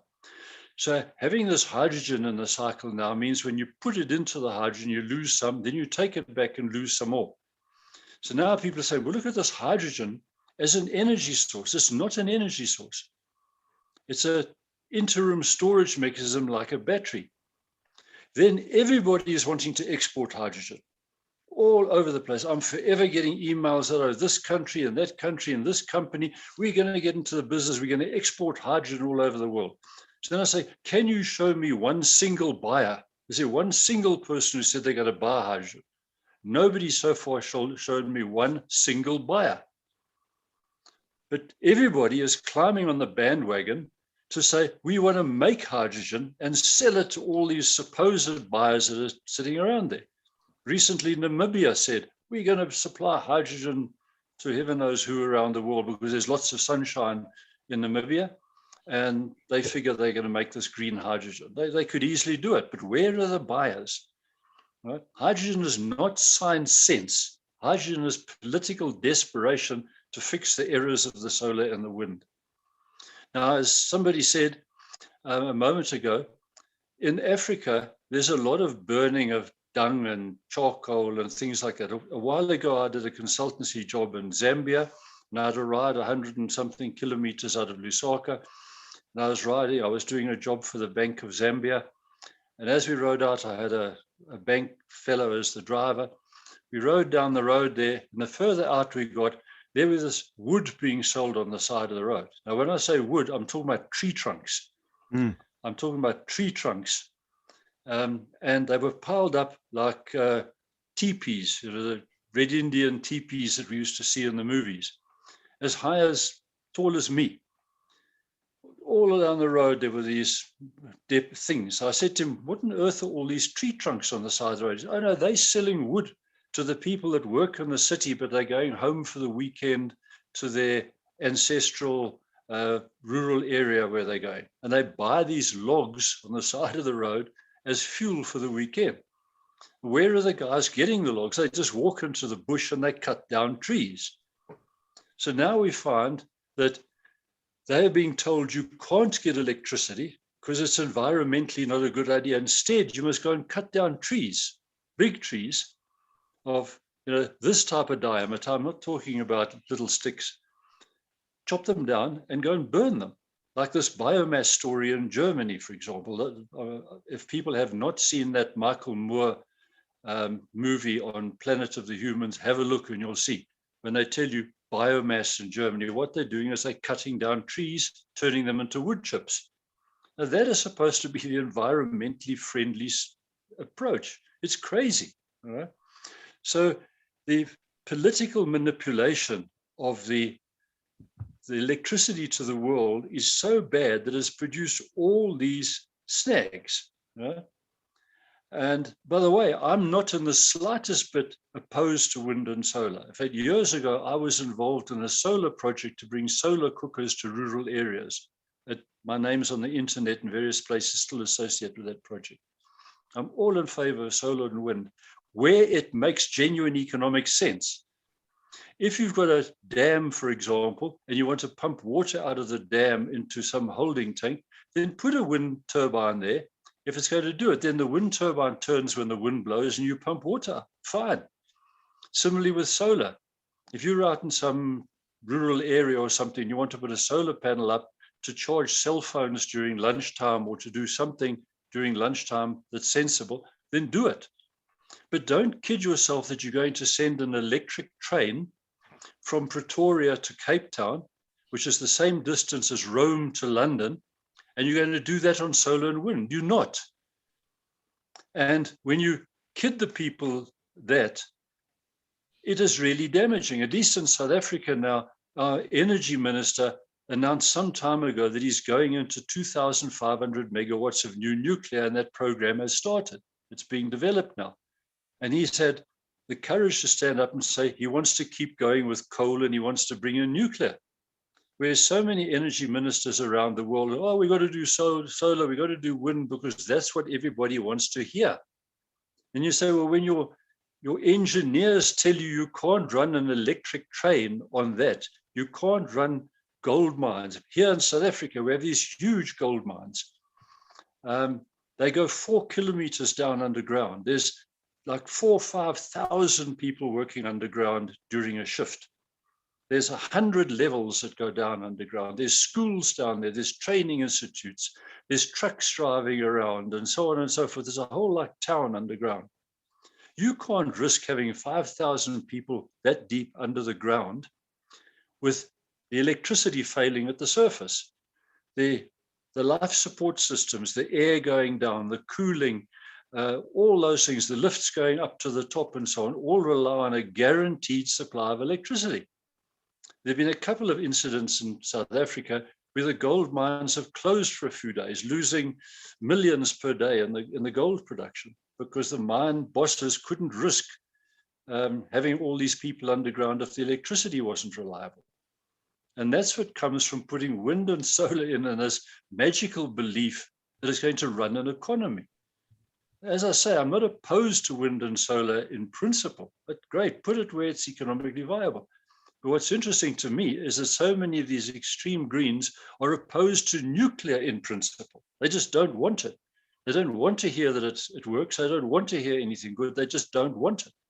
And if somebody does that, you say, wait a minute, what is actually your motivation when you just don't want it for whatever reason, and you can't see a scientifically logical reason for it? So when the COP26 unfolds from tomorrow onwards, let's hope that some sanity comes in and that the media will respond by telling some of the truth, and that they don't doctor the information so much that they don't tell the public the truth. I think a number of political leaders now are realizing that it's time that they started to tell the people a lot more about the honest truth and not cover it up. So I've got hopes that some good positive things will come out of COP26. Thank you. All right, well, one of the things we might have, Dr. Kem, is maybe they'll give out to all of the participants free copies of the book, Extraordinary Popular Delusions and the Madness of Crowds. You ever know about that book? It's an 18th century famous, thing about, the tulip bubble and the various other scams in history.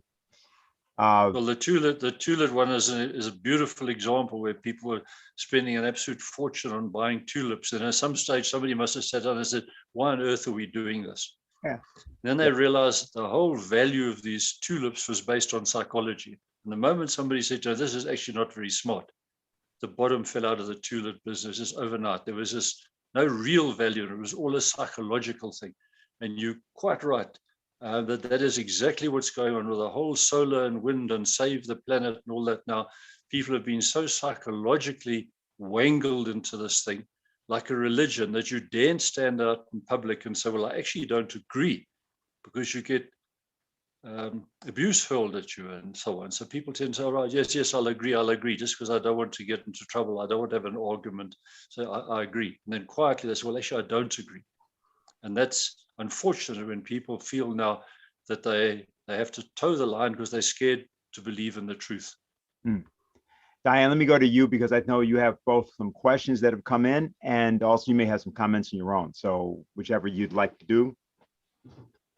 Sure. Well, maybe I'll just start with one of the comments, which I think is sort of rhetorical, but I think it does raise some interesting questions, actually, from someone in the chat. It says, good day from South Africa. Why should the opinions of European countries be imposed on African countries? They are so different, so why expect them to be applicable here? Question mark. Well, very, very much. And you know that Africa is larger than the United States, China, Europe, and India added together.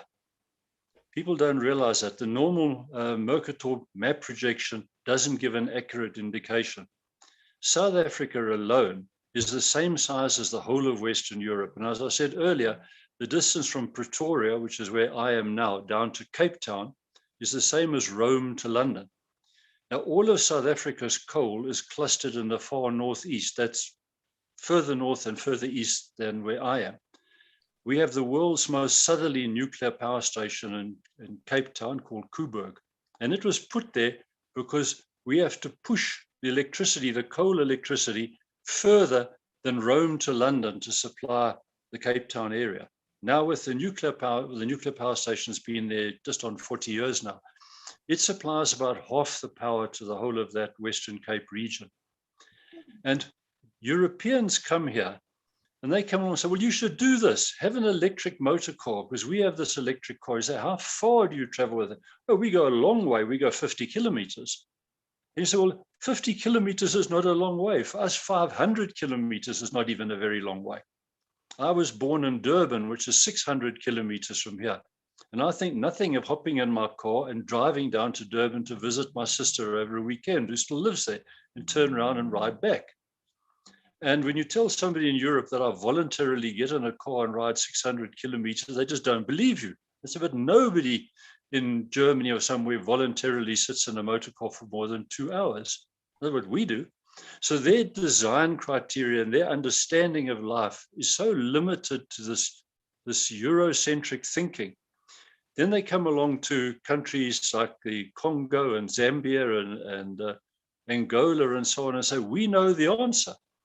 And they come along and tell them to do it like the Germans do it, like cell phone technology and all sorts of things. Here, cell phone banking took off in Africa way ahead of what it was in Europe and the United States, because cell phone banking worked just so well.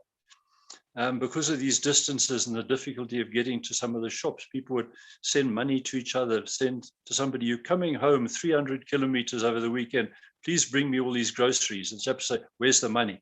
I say, okay, we'll send it to you via the cell phone. So all of these realities mean that the way things unfold are different, and it's damaging to Africa and other countries when they're bullied by the first world into adopting a first world solution that won't work. Yeah, very good. I have a question actually for Dr. Maria, which is this. Basically, the question is, tell us more about what happened, how you managed to survive the attack on you and your academic integrity when they went after you on the climate change matter. Okay. I didn't manage. I went on giving my lessons and talking to my students and doing what I was able to do all the time, because I must say something. I was on the top on my career. I was a full professor, so I was not afraid. I was not afraid of something that could happen to me.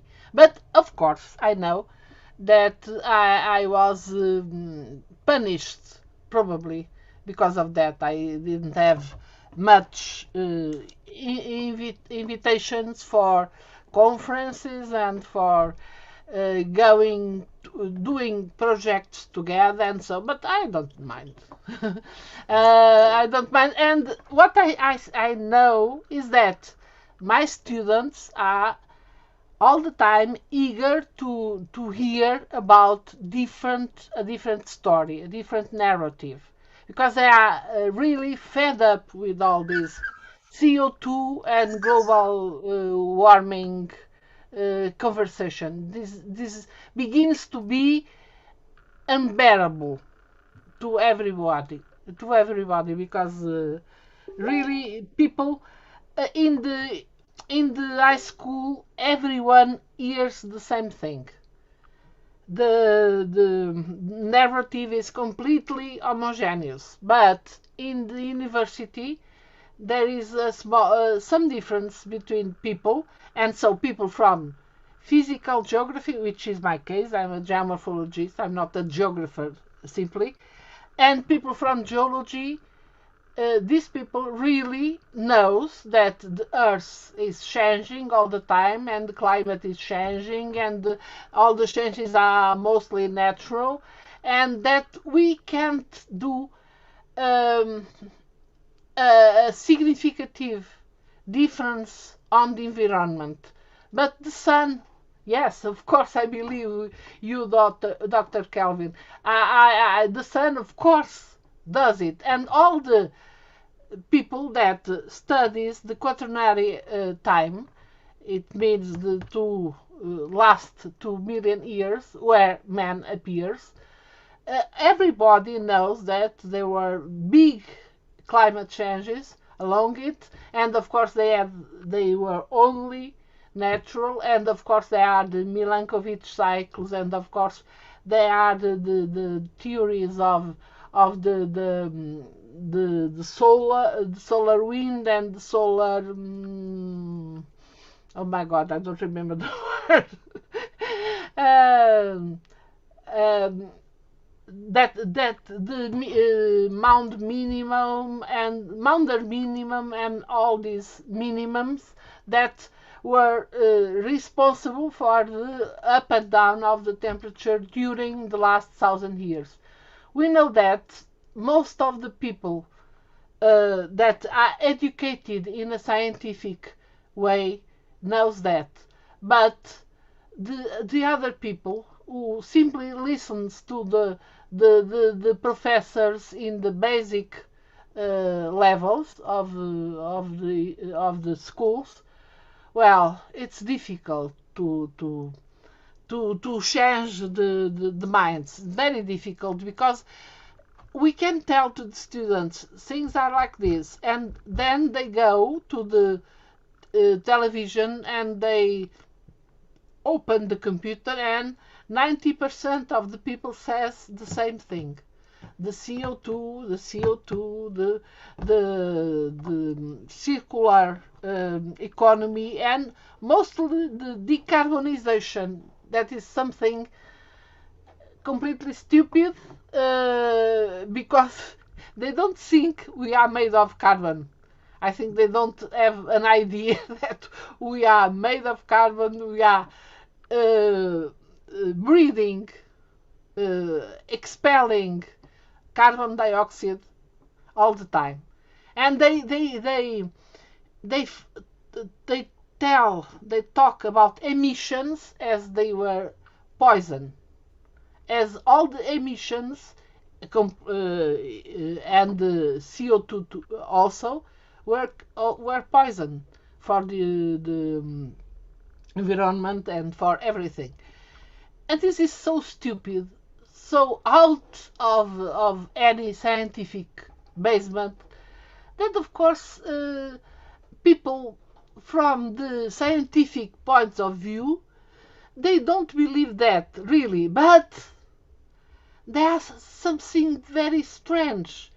Antonio Guterres, who is the chief of the ONU, well, he's an engineer. He's not a person from the history or from the economy. He's a civil engineer. So he's a person that should have a good background on science.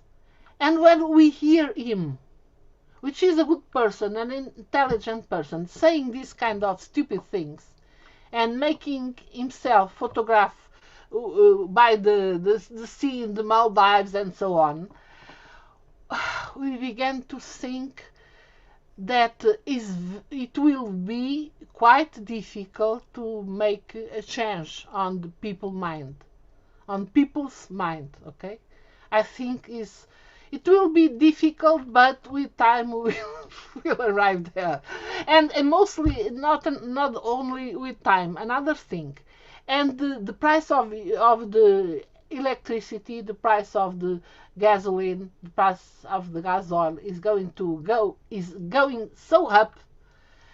Things are going to the economy is going to have big problems with all these prices going up, the inflation.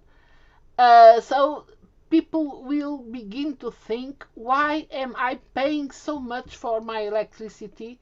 Why am I paying so much for my gasoline? Why am I paying so much for my car? And why are they obliging me to have an electric car? I think that with time these things will happen. Not so slowly as we may think, because things here, at least in Portugal, things are very hot now. Things, yeah, because we have political problems, and we have the COVID crisis, and I think you are bursting with the inflation and the inflation, the rising of the prices. Okay, not sea level rise, rising of the prices, and this is going to make a difference in people's mind. Okay. Okay, well, thank you very much. And there's a lot of different, now things are beginning to cascade. We now officially have a full out discussion. I understand that Jacob is answering things in the chat, which is good because there's a lot of questions coming in there. Then Diane's got more questions and she's got comments. Anastasia has something she wants to say. And for everybody that would like to ask a question but doesn't know how you can do it, questions@schillerinstitute.org. questions@schillerinstitute.org. Unfortunately, for various technical reasons, for some reason, we can't put that up on the screen. questions@schillerinstitute.org. So Diane, I guess, let's see. Anastasia has something, is that right? Yeah. Okay, why don't you go, and then we'll go to Diane. Keep it going. Well, I was just thinking about when, Maria and Kelvin, while you were both going through what you were going through, and also Goldsmith. I want to figure out how to hone in so we can really discredit the hell out of this climate stuff in the scientific community. And I want to get a sense, because I have a reading, like I had said, is that what I kept coming up against with these people that think this way is that they have their fundamental belief is that they think human beings are actually bad and are a plague on the planet.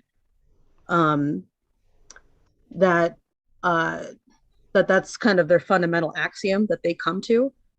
And the only way that I've been able to work people out of some of that stuff is getting them to make a discovery, even as simple as we do doubling of the square at the table and things like that, which is Platonic dialogue, a Platonic discussion.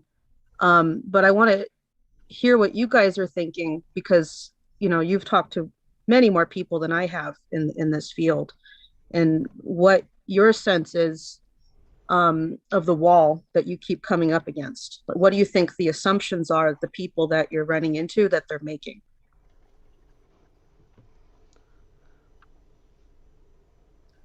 Okay, so you're directing that to Dr. Kem, for example? I'm directing it to Professor Goldsmith, Dr. Kem, and Maria. So Jacob, you want to say anything? We haven't heard from you for a while. Yeah, let me chime in with that one. So for whatever reason, people are being conditioned to feel like they're just useless eaters, that they don't belong on the planet to do what you said, to make a discovery, to be a creative human being, and to be involved in the act of creation in some either discipline or art, music, whatever. I think that's the fundamental belief. And what I run up against in the field of education is this stuff shows up in textbooks. And what gets removed from textbooks is, for example, how to mine metals. Like, that's not in my chemistry curriculum at the moment. And it should be. Why isn't it? Oh my God, I have this high school chemistry book, high school, mind you, which has more industrial examples than a college level textbook. So that textbook, right? Those people who graduated with that textbook, they went out and they, went to the moon. They worked for NASA and went to the moon, right? Versus what we have now, So that's what I run up against. So I'll pass it off. Anybody else? I can comment.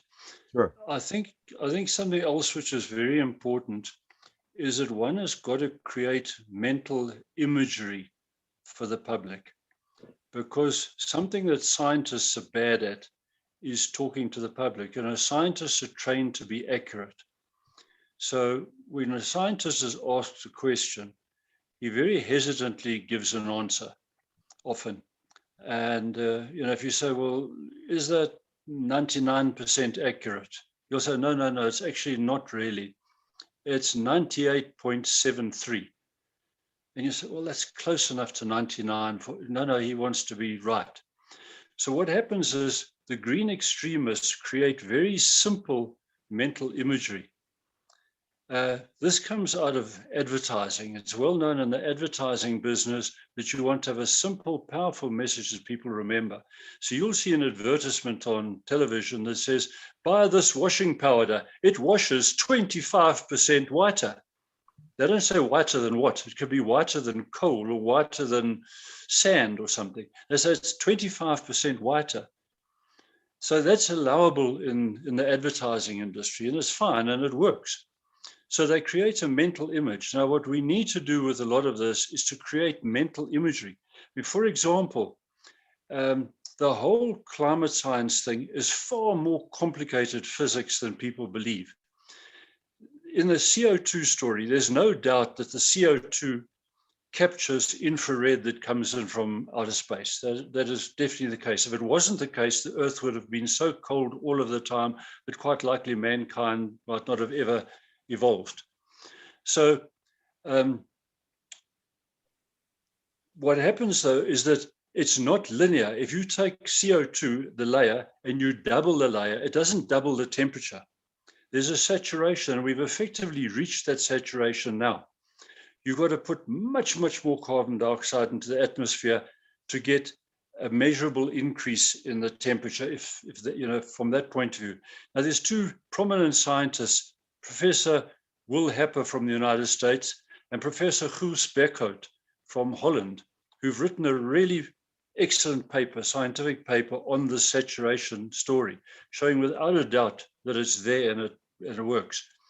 But it's a very complex scientific paper. It's excellent for another scientist to read, but it will never get into the New York Times or the daily newspapers or something in that form. We've got to take a picture somehow out of that and explain to people that just more CO2 does not mean the temperature is going to rocket up. You're going to have a huge amount to make a measurable difference, because we've effectively reached the saturation point.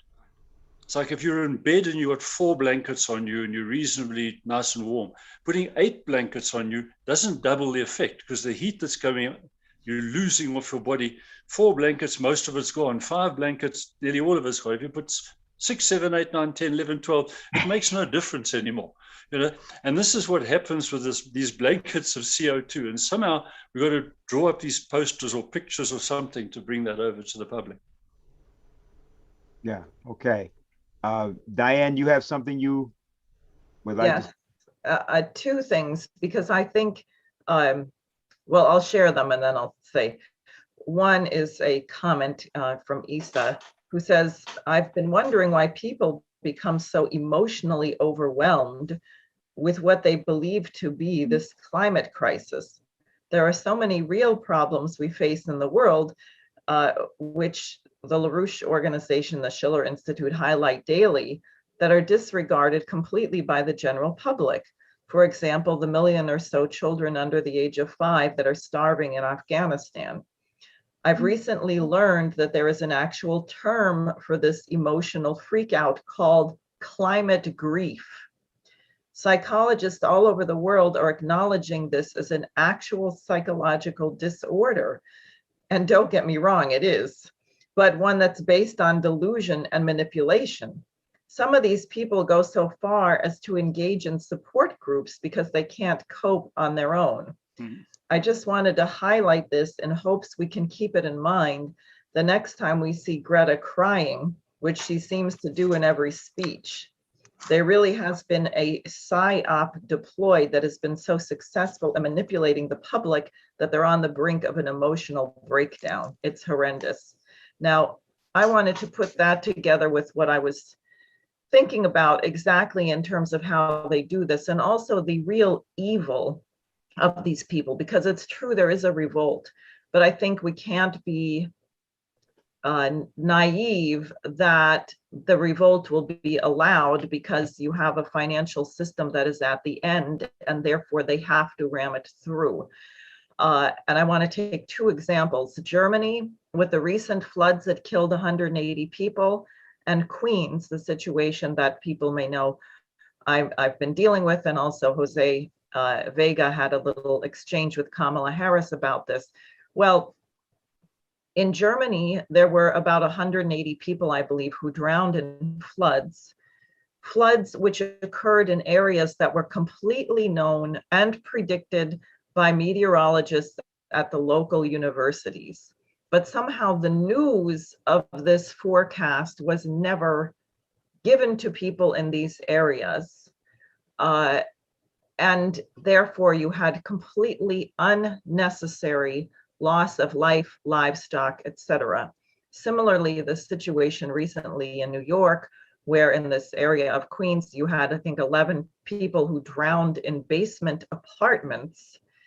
And what it's looking like now, because we've had extremely heavy rain a couple of days and they had no flooding whatsoever, is also there was a pumping system that simply was not brought to bear until after the water had crested over the breach and flooded and killed these people. And I do have to raise the question, are such disasters being willfully allowed to contribute to the hysteria? Because how are you going to cause people to give up eating meat, driving their cars, flying their airplanes, heating their houses, unless you can also create a kind of terror of the urgency and immediacy of the climate change? And I don't know the answer to that question, but I would not put it past some of these people. I mean, if you're going to say the planet can only hold 1 billion people, then you really can't be a very nice person. I mean, you really have to be prepared for whatever it takes. And I find these things very suspicious. So that I just wanted to say that, because it's not arbitrary that you're getting this kind of extreme, irrational and desperate and hysterical emotion associated with this. I understand we have several people that are connected that want to ask questions or make comments. So if that's the case, can we just bring the first person up? I can't see everybody on my screen, so go right ahead. Okay, here's somebody. Okay, good. Thanks everyone for all the contributions. I think we've done a good job here and in other places from where people are coming from to expose the real authority behind the climate change cult, basically. The bankers and the monarchs who dress like Halloween ghouls year round. And we've continued to focus our critique to smash through this arbitrary authority, to break through the front ranks. And if we push, we can force the rest of the formation to collapse in on itself, I think. The organizing process. what people are describing. So what we have to remind ourselves then is that it isn't really that scary or even fundamentally difficult to organize people away from the insanity of the inherently disordering pseudo-religion of the green cult. We too often are intimidated by the hysteria in the headlines on the fake news channels, but the victory will come as measured by the margin won over from the mass of reasonable, independent thinkers in the so-called middle, who become organized. So we have a Timaeus situation, the Socratic discussion about the rise and fall of civilizations due to natural and social events. This is no doubt related to the past warming and cooling periods alluded to by Dr. Kem. That is, the human society depends on the moral genius it is able to conjure. The lesson to be learned then, as boldly put forward by some of you, criminal negligence isn't caused by climate change, but climate change dogma does cause depraved indifference. So shouldn't we present our highest hypothesis, that which doesn't cower and beg for acceptance, but take what we do know and start a new campaign to begin to take measures to control the damaging effects of the coming next ice age, which is what the data suggests, and perhaps to stop it from occurring altogether, through infrastructure development and scientific breakthroughs. Yeah, either that or start to seriously consider investing in popsicle stands and morgues. Okay, fine. Anybody have a comment? I think that was very well put. And so it, that question illustrates that there's much more to this than supposedly just saving the planet. There's all sorts of deep goings on underneath related to the manipulation of people, control of economies, and so on. And it's quite scary when you see the degree to which the populations of the world are being controlled by governments at the moment. To my mind, I think what's happening is that we're in a phase where something's going to blow up at some stage. And it's the same type of situation in France before the French Revolution, in Russia before the 1916 revolution, and a number of places where there's this dissatisfaction, there's crowd psyche, that there's simplistic beliefs in it, and then it goes bang. So I think there's much more to this than simple things. And it was quite right that Diane said that there's the psychology is created among some people that they genuinely suffer grief, they genuinely are very upset. So when people start getting really upset, I've had cases where I'm at a social function or something and I say something and I get somebody just about in tears there and ready to beat me up because of what I'm saying. And you realize that arguing with them is almost pointless because they so believe what they say that trying to convince them they're wrong is attacking a fundamental belief. And to say, but your belief is actually founded on a false assumption and false things. It's a huge hump to overcome. So it really is something that's important to realize that there's all this psychology and related to government control and the economy and all that. It's not as anywhere near as simple as is projected in the general media. Okay, very good. Thank you. We have another person in there. Anyone else? Yes. Yes, that's me. Hi. I'm Could from you just tell Michigan. us, I'm sorry, I should have said this to the previous person. Just identify yourself, where you're from, so we just know. Okay. So my name is Lana. I'm 19 years old. I'm from Detroit, Michigan, and I go to the school Wayne State. And I was actually there when I think one of the panelists mentioned, I think Keenan mentioned, he was like talking about, I I saw the posters of all like the Nazi symbols and everything, and everyone arguing with everyone else, and I was just, oh goodness, what's going on? And I think it was Anastasia I saw. She was arguing with like some of the students, and you mentioned that it's how we look through like just the media, and we don't. Our society today isn't looking into the deep end of what's going on. So I'm really passionate about climate change. But something that really made me wonder was someone mentioned something about the factories and meat eating and avoiding to eat red meat. Is if any of the panelists are like vegetarian or vegan or like taking a stand to like stop that. I was just wondering because I know that eating red meat or meat in the meat and dairy industry is very damaging to the environment. So I was just wondering.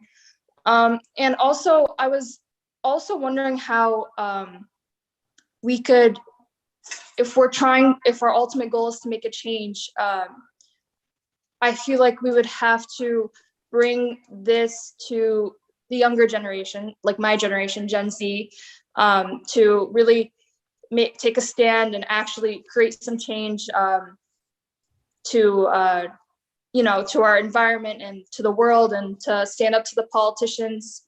Like we see people like Greta, who people think like, oh, she's on our side and everything, when we know it's not true. So it's just counterproductive. So my question is, how are we going to actually make change? And I just feel like bringing in this generation, the younger generation, would make it more efficient. I don't know if that made any sense, but yeah, thank you guys so much. Made plenty of sense. Please stay there, because I think there's various people that may have a response to it. Especially the last point that you made is exactly what we would hope would begin. That was the reason we wanted to have this mix today, or begin to have a mix today, so that we can actually, in fact, create a symposium process, right out there in the public, exactly like the kind of thing we're doing right now. And now I know there may be several people that may want to answer that question, but I'm going to ask one person to say something about it, to see if she can remember back that far, which is Diane, who knows something about being an environmentalist and meeting us way back, because I met Diane, well, I guess we won't say when, late 80s, I'll put it that way. And we were doing something very similar. So maybe Diane, you take a crack at it, and anybody else that you would like us to have answer your question, Lana, would be fine too. But Diane, why don't you start us off? Sure. I mean, Lana, I'm really glad that you're here. I just, and it's courageous to get on and ask these questions. I'm not entirely clear what you are saying you think needs to be done. Are you saying that you think that there is a terrible climate crisis? Oh yeah, absolutely. I was just wondering how we are like we see the news, like for instance, like we see Greta Thunberg talking, and like we think that there's change happening. I used to think, oh, like something's being done about climate change. And as I'm learning now, nothing's being done. So my question is, and like maybe like a plan is, how do we bring young people to actually take a stand and make actual change, and not just propaganda from the public? Okay. Well, first of all, I mean, we definitely need to have young people involved, but as you may have heard from Dr. Kem and the other presentations, there's not a crisis of climate change. There are terrible crises of poverty, of infrastructure, of starvation. And what you have, the reason you rightly picked up on this question of Greta Thunberg as not being completely legitimate. I mean, one, you asked the question, well, how would I guess she's 18 years old now, but a 16-year-old end up addressing the European Parliament and this and that? That's not something that a 16-year-old normally has access to, be paraded all over the planet. So it's already suspicious. But if you take this question of humanity, you think about the situation in Afghanistan right now, which was brought up, 1 million children under the age of 5 who are about to die of starvation. This is a really urgent question which has to be addressed, and actually solving it requires going completely in the opposite direction of what the climate, the people who think that we're having a terrible climate emergency are saying, because we need energy first and foremost. How can you feed people and house them and have clean drinking water if you don't have electricity? And one of the things that's really under attack by this climate movement is the production of energy. Or you take Haiti, or what was said about Africa, where people are burning wood, burning charcoal, burning dung. Clearly, these forms of energy are extremely destructive, right? They destroy the trees, they destroy your lungs, they don't give you much energy.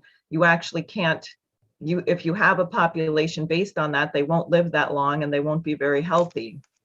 So in the case of that, actually burning coal, which has been very much cleaned up over the last generations, or gas, or if we could get to nuclear power, which is very safe and clean, would be a way that allows you to address these things. And I will say that when Dennis met me, I had, and it happened to many of us, I think it's more extreme now. Growing up, they spent a lot of time trying to convince everyone in my class that we were all destroying the environment, which I think is a terrible thing to do to children, because we have the creative potential to solve the problems. We're not a destructive force. We're a creative force that can solve the problems. But they would show us these scary movies of people inside greenhouses with evil people coming outside and breaking the glass. Or they would give us exercises saying, well, you have a lifeboat and only you have a ship that's been sinking, and there's 11 people on the ship, but the lifeboat only holds 9.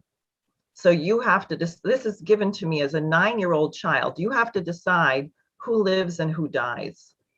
And this is a terrible, terrible thing. So the first thing I would say, you're right, we need change, but I think the change we need is not the change that you're thinking. It's not the climate, that is not a threat. And you can review what's been said earlier in terms of the scientific evidence, but there definitely is a kind of hatred of humanity, which comes from these billionaires, because if you look at who's funding this thing, it's all a fraud. If they care about the environment, why do they want people burning dung and charcoal and starving?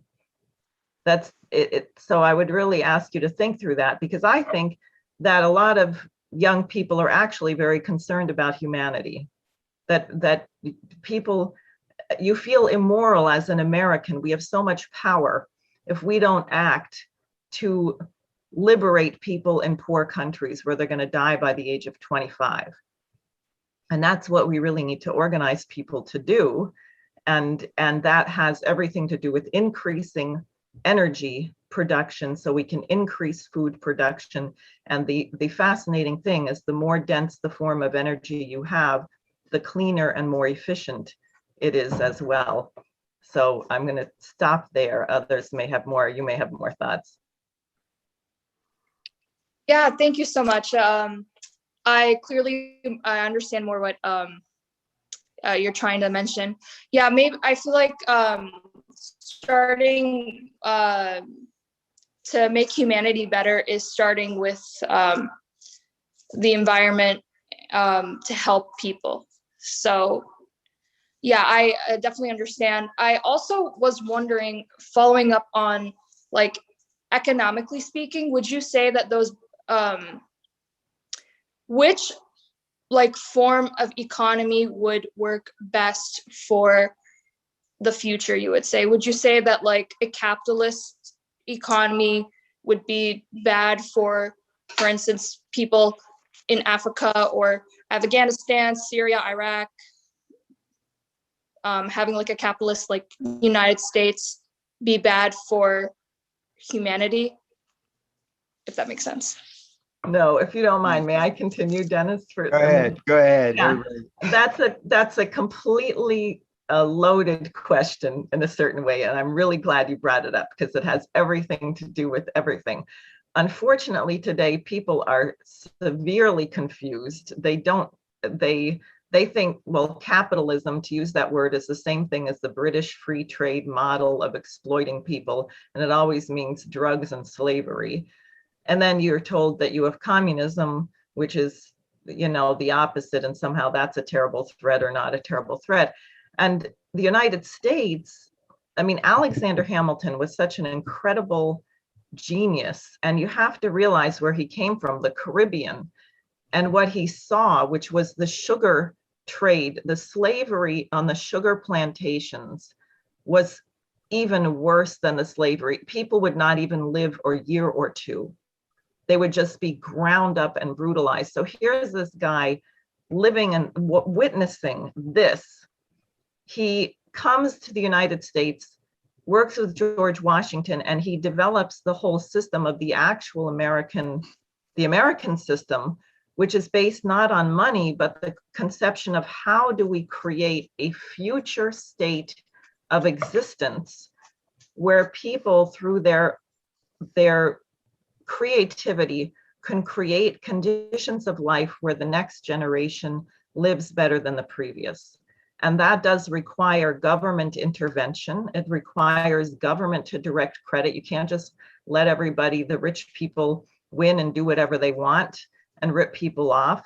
But it also requires a certain protection of freedom to develop your mind. Every nation has a slightly, perhaps different culture, different language groups, but there are certain principles that are quite universal. And this question of a spark of creativity, or the question of genius, is a universal principle. So you want an economic system that allows for the maximum development of that principle within a framework of a society that can absorb the scientific breakthroughs that are made by the genius of the individual. And unfortunately, we've terribly lost this in the United States, although there is a resonance, I think, in the American population, which is what gives me hope that we can change the policy. Okay, I just would like to say something, which I'm not supposed to be allowed to do because I'm supposed to be moderating, but I do have to do something here. This is a picture of a magazine that was put out in May, June of 1970. It's called The Campaigner. And I realized what I just said. Yeah, that's over 50 years ago. And I got this magazine back then. And the first article is on ecology. I was at the first Earth Day, the one that happened in Fairmount Park, Philadelphia, April of 1970. Okay. And we were out there. We had about maybe 400,000 of us out there. And if you were just a young person who was 17, 16 years old, and you were hearing this, you wanted to do something, especially because this is the time of the Vietnam War, many other things. Well, to cut to the chase, when I had this idea, or was rather given the idea, partially through Lyndon LaRouche, who you saw before, about thermonuclear fusion power, this was fascinating to me, because what he was saying was that there was a form of thermonuclear energy that was so efficient that it would use deuterium and tritium, other substances, for the purpose of creating more electricity with less fuel than any other source. It would essentially eliminate the use of fossil fuels, and that the waste product was seawater. It was just water. This blew everybody's mind at the time. And so what happened was that he organized this group called the Fusion Energy Foundation. Now I'm bringing this up, this was in 1974. We organized together, many of us, and by the time I was 27 years old, we had our organization, Lyndon LaRouche had headed it up, got a bill passed through the United States Congress called the Fusion Energy Research, Development, and Demonstration Act of 1980. It wasn't just passed into Congress, it was signed into law by President Jimmy Carter. We had had all kinds of political battles with Jimmy Carter for all 4 years of his presidency, but for whatever reason, partially he was also a nuclear engineer. And this is after 3 Mile Island, okay? He signed this into law. Now, what was the idea? A 20-year Apollo project to invest in a series of technologies, including, by the way, various forms of what were called then third and fourth generation fission nuclear reactors, then fission and fusion hybrids, and then into fusion. So the concept we had when we were talking about it was like Kennedy's Apollo project. Some of us go back that far, and we know what Kennedy did. So the concept was, okay, we may be able to create energy so cheap as a consequence of taking the most advanced forms that we can create a situation where you won't have to depend on oil, gas, or anything else. That was completely possible. It was passed into law. The president of the United States signed it, and it was never funded one iota.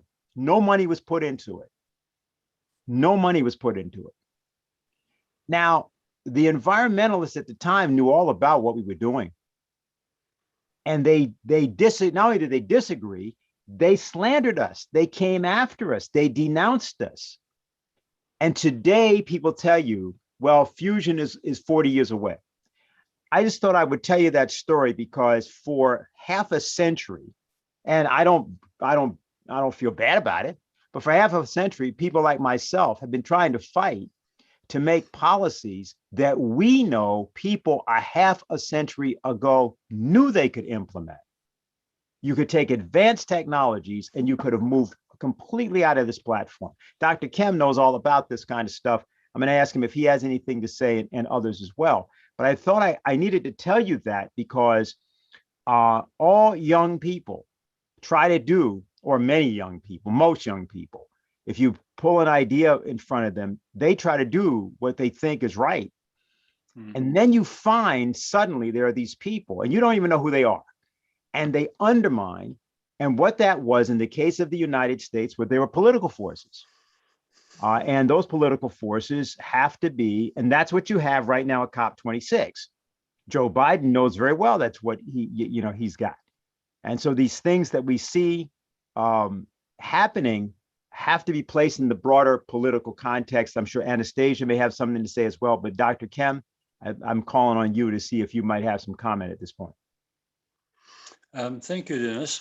I think Lorna spoke very well. And what she indicated was just what you said, that she's got her heart in the right place and she wants to talk to her friends. I encourage you, Lorna, to do that. And what you need to be able to do is say to them, are we being told the truth? Do we really believe this, or are we being used as cannon fodder by somebody else? Or are we being told the truth? Then you say, yes, we want to do what's good for the environment. What is the environment? The environment isn't carbon dioxide in the atmosphere warming the planet. That really is not correct. The environment is the living around people and the way in which nature interacts with itself and so on. So we want rivers that are not polluted. We want enough electricity for people so that they can build sewage systems that work, so they're not pouring sewage into the rivers and things like this. And there's still billions of people around the planet that need to be uplifted. And when they're uplifted, when their GDP grows, they will be much more gentle on the environment.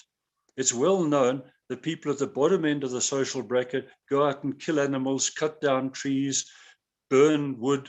They don't often have a sense of polluting the immediate environment in the sense of throwing plastic bags around and things like this. If you go to really poor communities, that's where you see litter. The wealthier communities, you don't see that. So you asked about capitalism or some other system.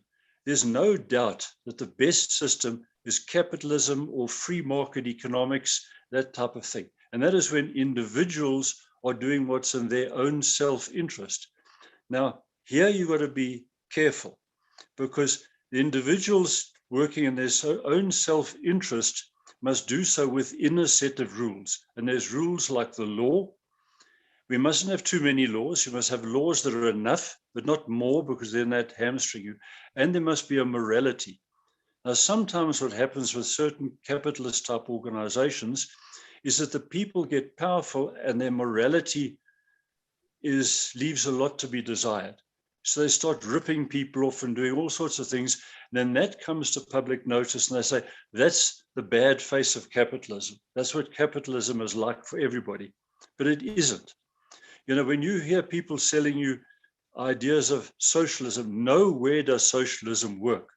It was tried in the Soviet Union with the October Revolution. It was tried in China. It's been right now, look at North Korea. Wherever a socialist system comes about, what happens is some small group says, we are going to be all powerful and we're going to help you. You will do exactly as we say. And that's where the problem starts to set in. And so we're going to give you free education, free medical or something, but you will toe the line. And as soon as you're getting a set of rules where everybody toes the line, the people in charge start to say, this is great. We can start doing what we want. And this is what you see in this modern environmentalism as well. The extreme green groups are saying, we want the UN to pass rules that every country will do as it's told. You will cut CO2, you will do this, you will do that, you will do that. That's very dangerous.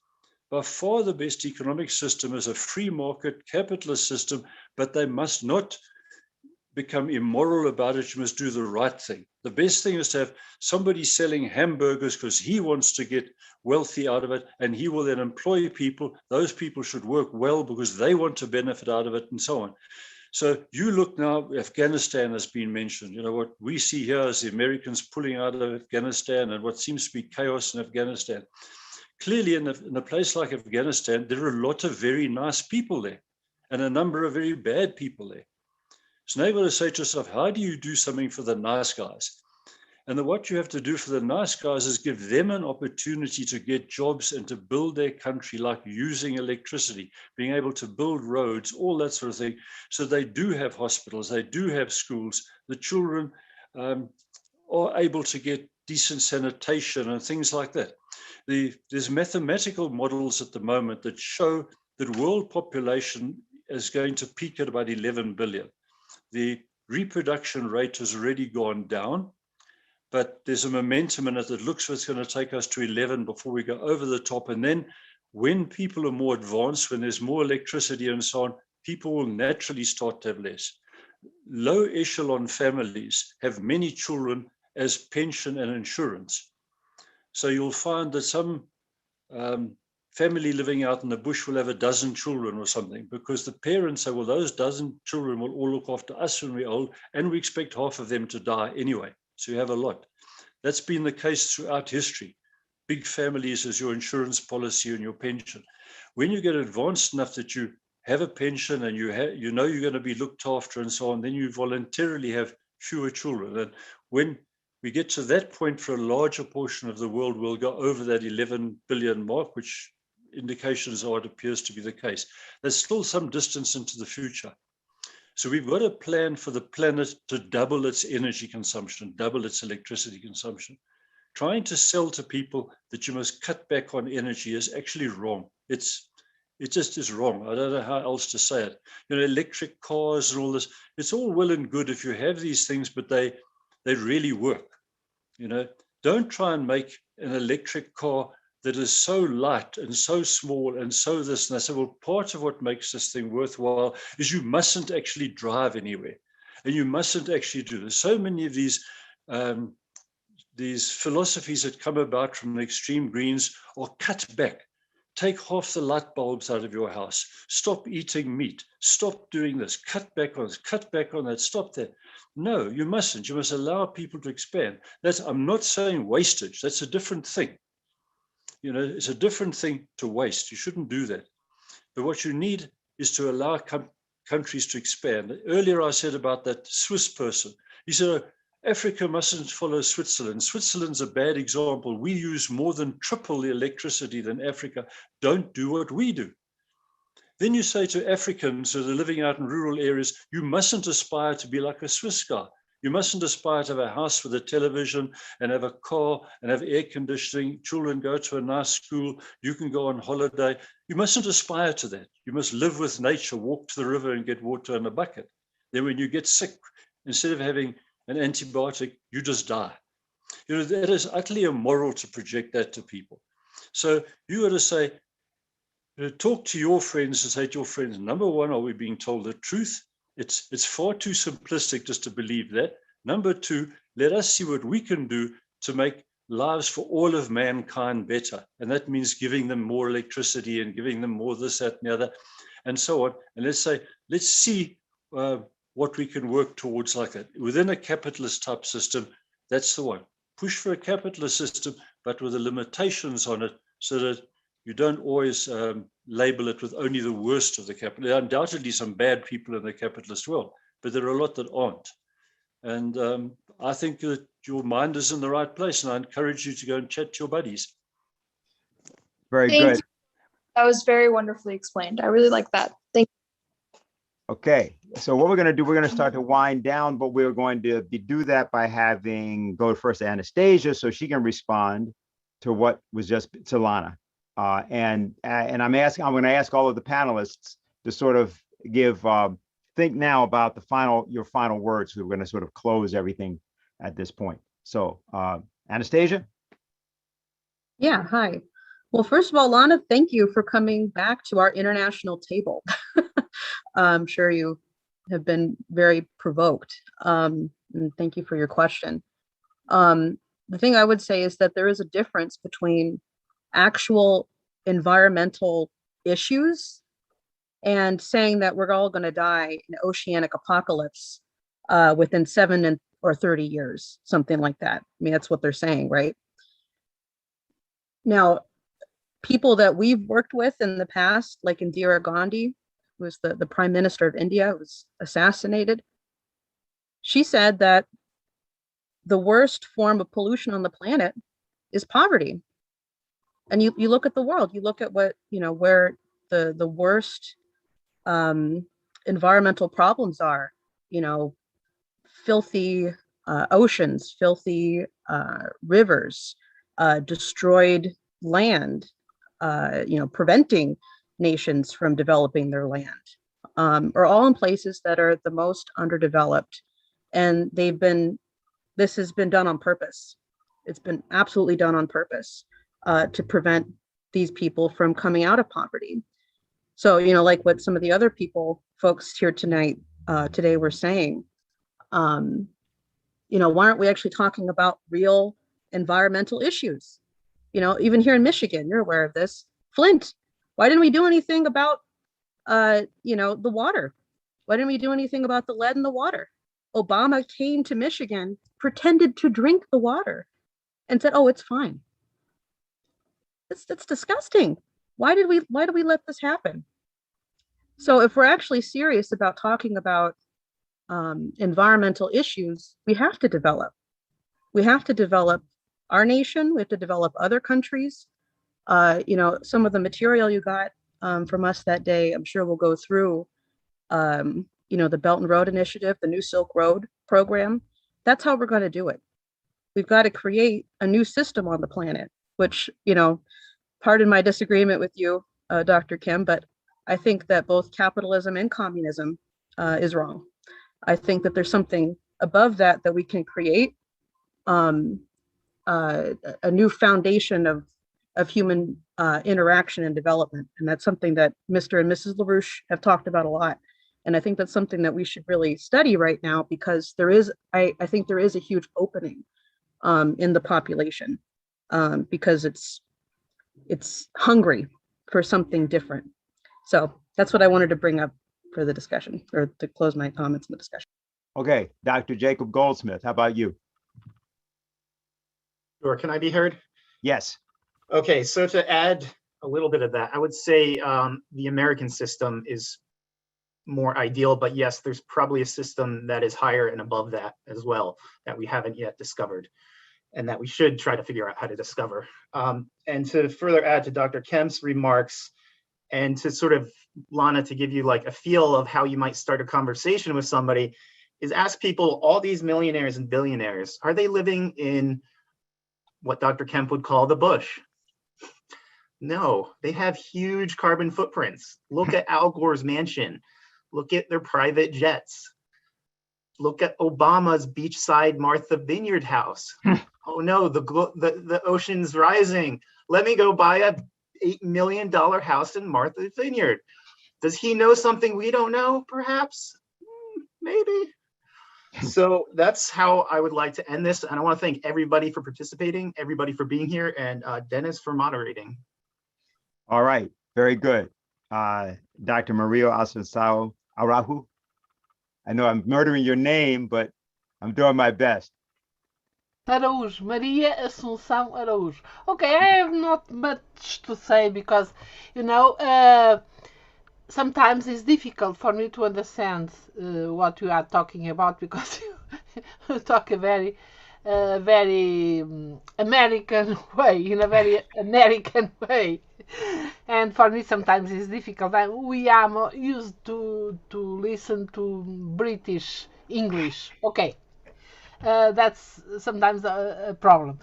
What I think that in time people are going to discover that all this is a hoax, is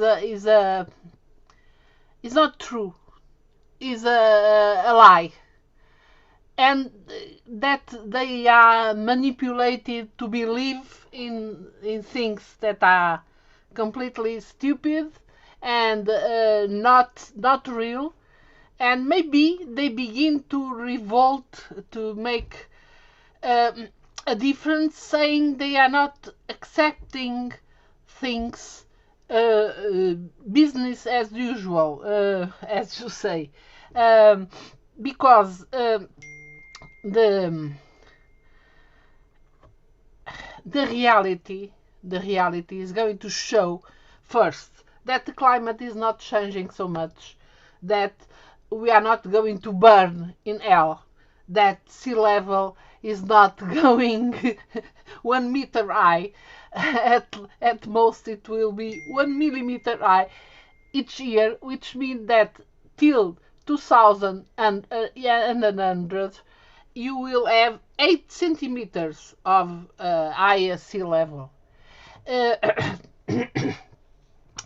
Thinking on my area of expertise, I must say I didn't say that because I had not much time and I didn't want to bother you too much with too scientific things. But the real problem of coastal areas is not the rise in sea level, is the erosion.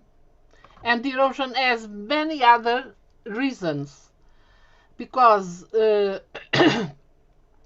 if you don't let the sand come to the ocean, the beaches are not going to have sand, and the sea will take the sand off the beaches because there is something like littoral drift. This is my area of expertise. And so when the sand is going away and not coming in because they are retained in the dams because of the hydroelectricity. So what is happening, for instance, in Portugal, and in Portugal coastal erosion is a big problem because we live very much on the tourism, and the tourism is much on the beaches, and so we must have sand in the beaches, and which happen, and this is the biggest problem for many people. I was in a congress last year, and I told people that sea level was not going up so fast as they imagine, and there was a man in the audience very angry with me, saying, well, I see my houses and I see all the pines going away in this area. So how can you say that the sea level rise is not a problem? It's not a big problem, because people mixtures sea level rise and beach erosion, and beach erosion has many other reasons. For instance, the construction of harbors and groins and so on. So in this way, the sea level rise must be explained to people, and demystified is a myth. And when we see images showing New York being drowned is obvious a stupid thing. You must think 1 millimeter per year, 8 centimeters, okay? Till the end of this century is not very frightening. Imagining that the climate is still going to be a bit warmer, which we are not sure about because the solar spots probably are going down, and so the climate is going to be a little colder than today. So that's what I wanted to say, and thank you for the invitation. I hope you understood more or less what I was trying to say, but sometimes words are, I'm not getting the right words You did fine. to You say did the fine. things. Thank you very much. Yes, yes, it was fine. All right. Thank you. And thank you very much for joining us today. Kynan? Yeah. Hi. Just some final comments. I think like the most important thing to understand, and Helga, Helga Zeppler, she recently circulated this in her wake up call, is that this is a fundamental battle between two different systems. One that views humanity as a beast, nothing more than that, and one that views human beings as creative, and that we should replenish the world and we should have more people.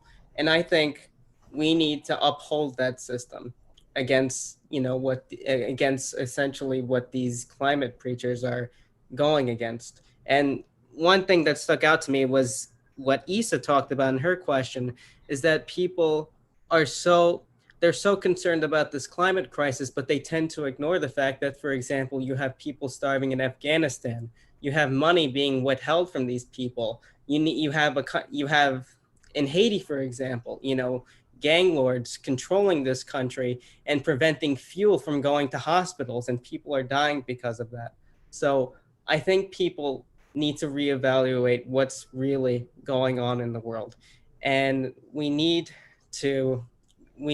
absolutely need to talk about these issues and reevaluate what's going on. So yeah, those are my final comments. Okay, and I think, thank you very much for that. I think Dr. Kem is not with us right now, so I'll go to, and we want to thank him very much for what he did and his participation. So Diane, I guess it's just you, and then that's it. Okay, well, I can be heard, I presume? Yes. Okay. I think this has been a wonderful discussion, and I would just like to urge everybody to continue along this way and continue in the fight and participate in the Schiller Institute conference coming up the weekend of November 13th and 14th, which perhaps you're going to say more about. Well, I guess I could do that, but probably would be advisable. Yes, then that involves a conference. It's going to be 2 days, 2 panels each day. It's called All Moral Resources of Humanity Have to Be Called Up. Mankind Must Be the Immortal Species. The first panel on Saturday, which will be at 10 a.m., it's called Can a Strategic Crisis Between the Major Powers Be Avoided?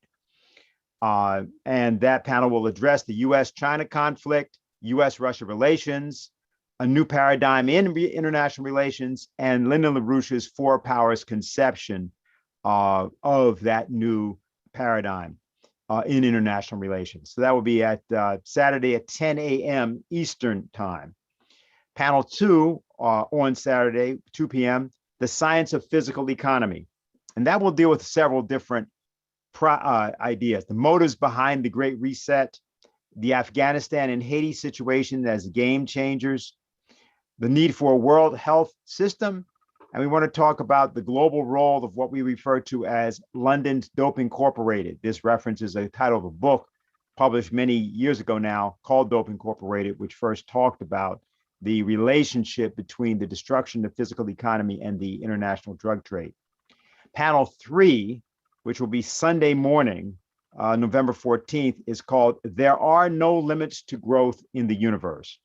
And that one will discuss the science involved in climate change, the revolution unleashed with a fusion-based economy, and how mankind can become adult in space. And then finally, that'll be at 10 a.m. Panel 4, starting at 2 p.m. Eastern time, called The Beauty of True Human Culture. And it will address drug legalization and the new opium war, the aesthetic education of mankind, why China is winning the so-called system competition with the West, and also some contemporary cultural matters, which is more destructive, the Squid Game or drugs. So that one will be eventful. So that's going to be in 2 weeks from today, Schiller Institute conference, 4 panels. We definitely want you to be involved in that.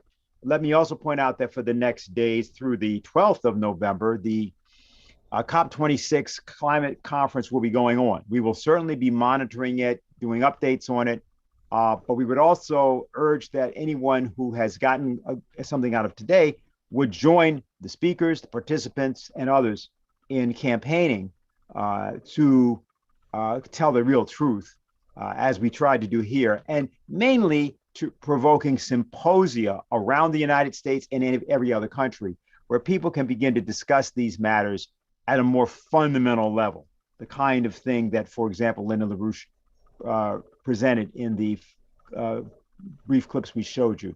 So on behalf of the Schiller Institute, the Manhattan Town Meeting, I'd like to thank you all for being with us here today and urge that you help us at that organizing of that conference.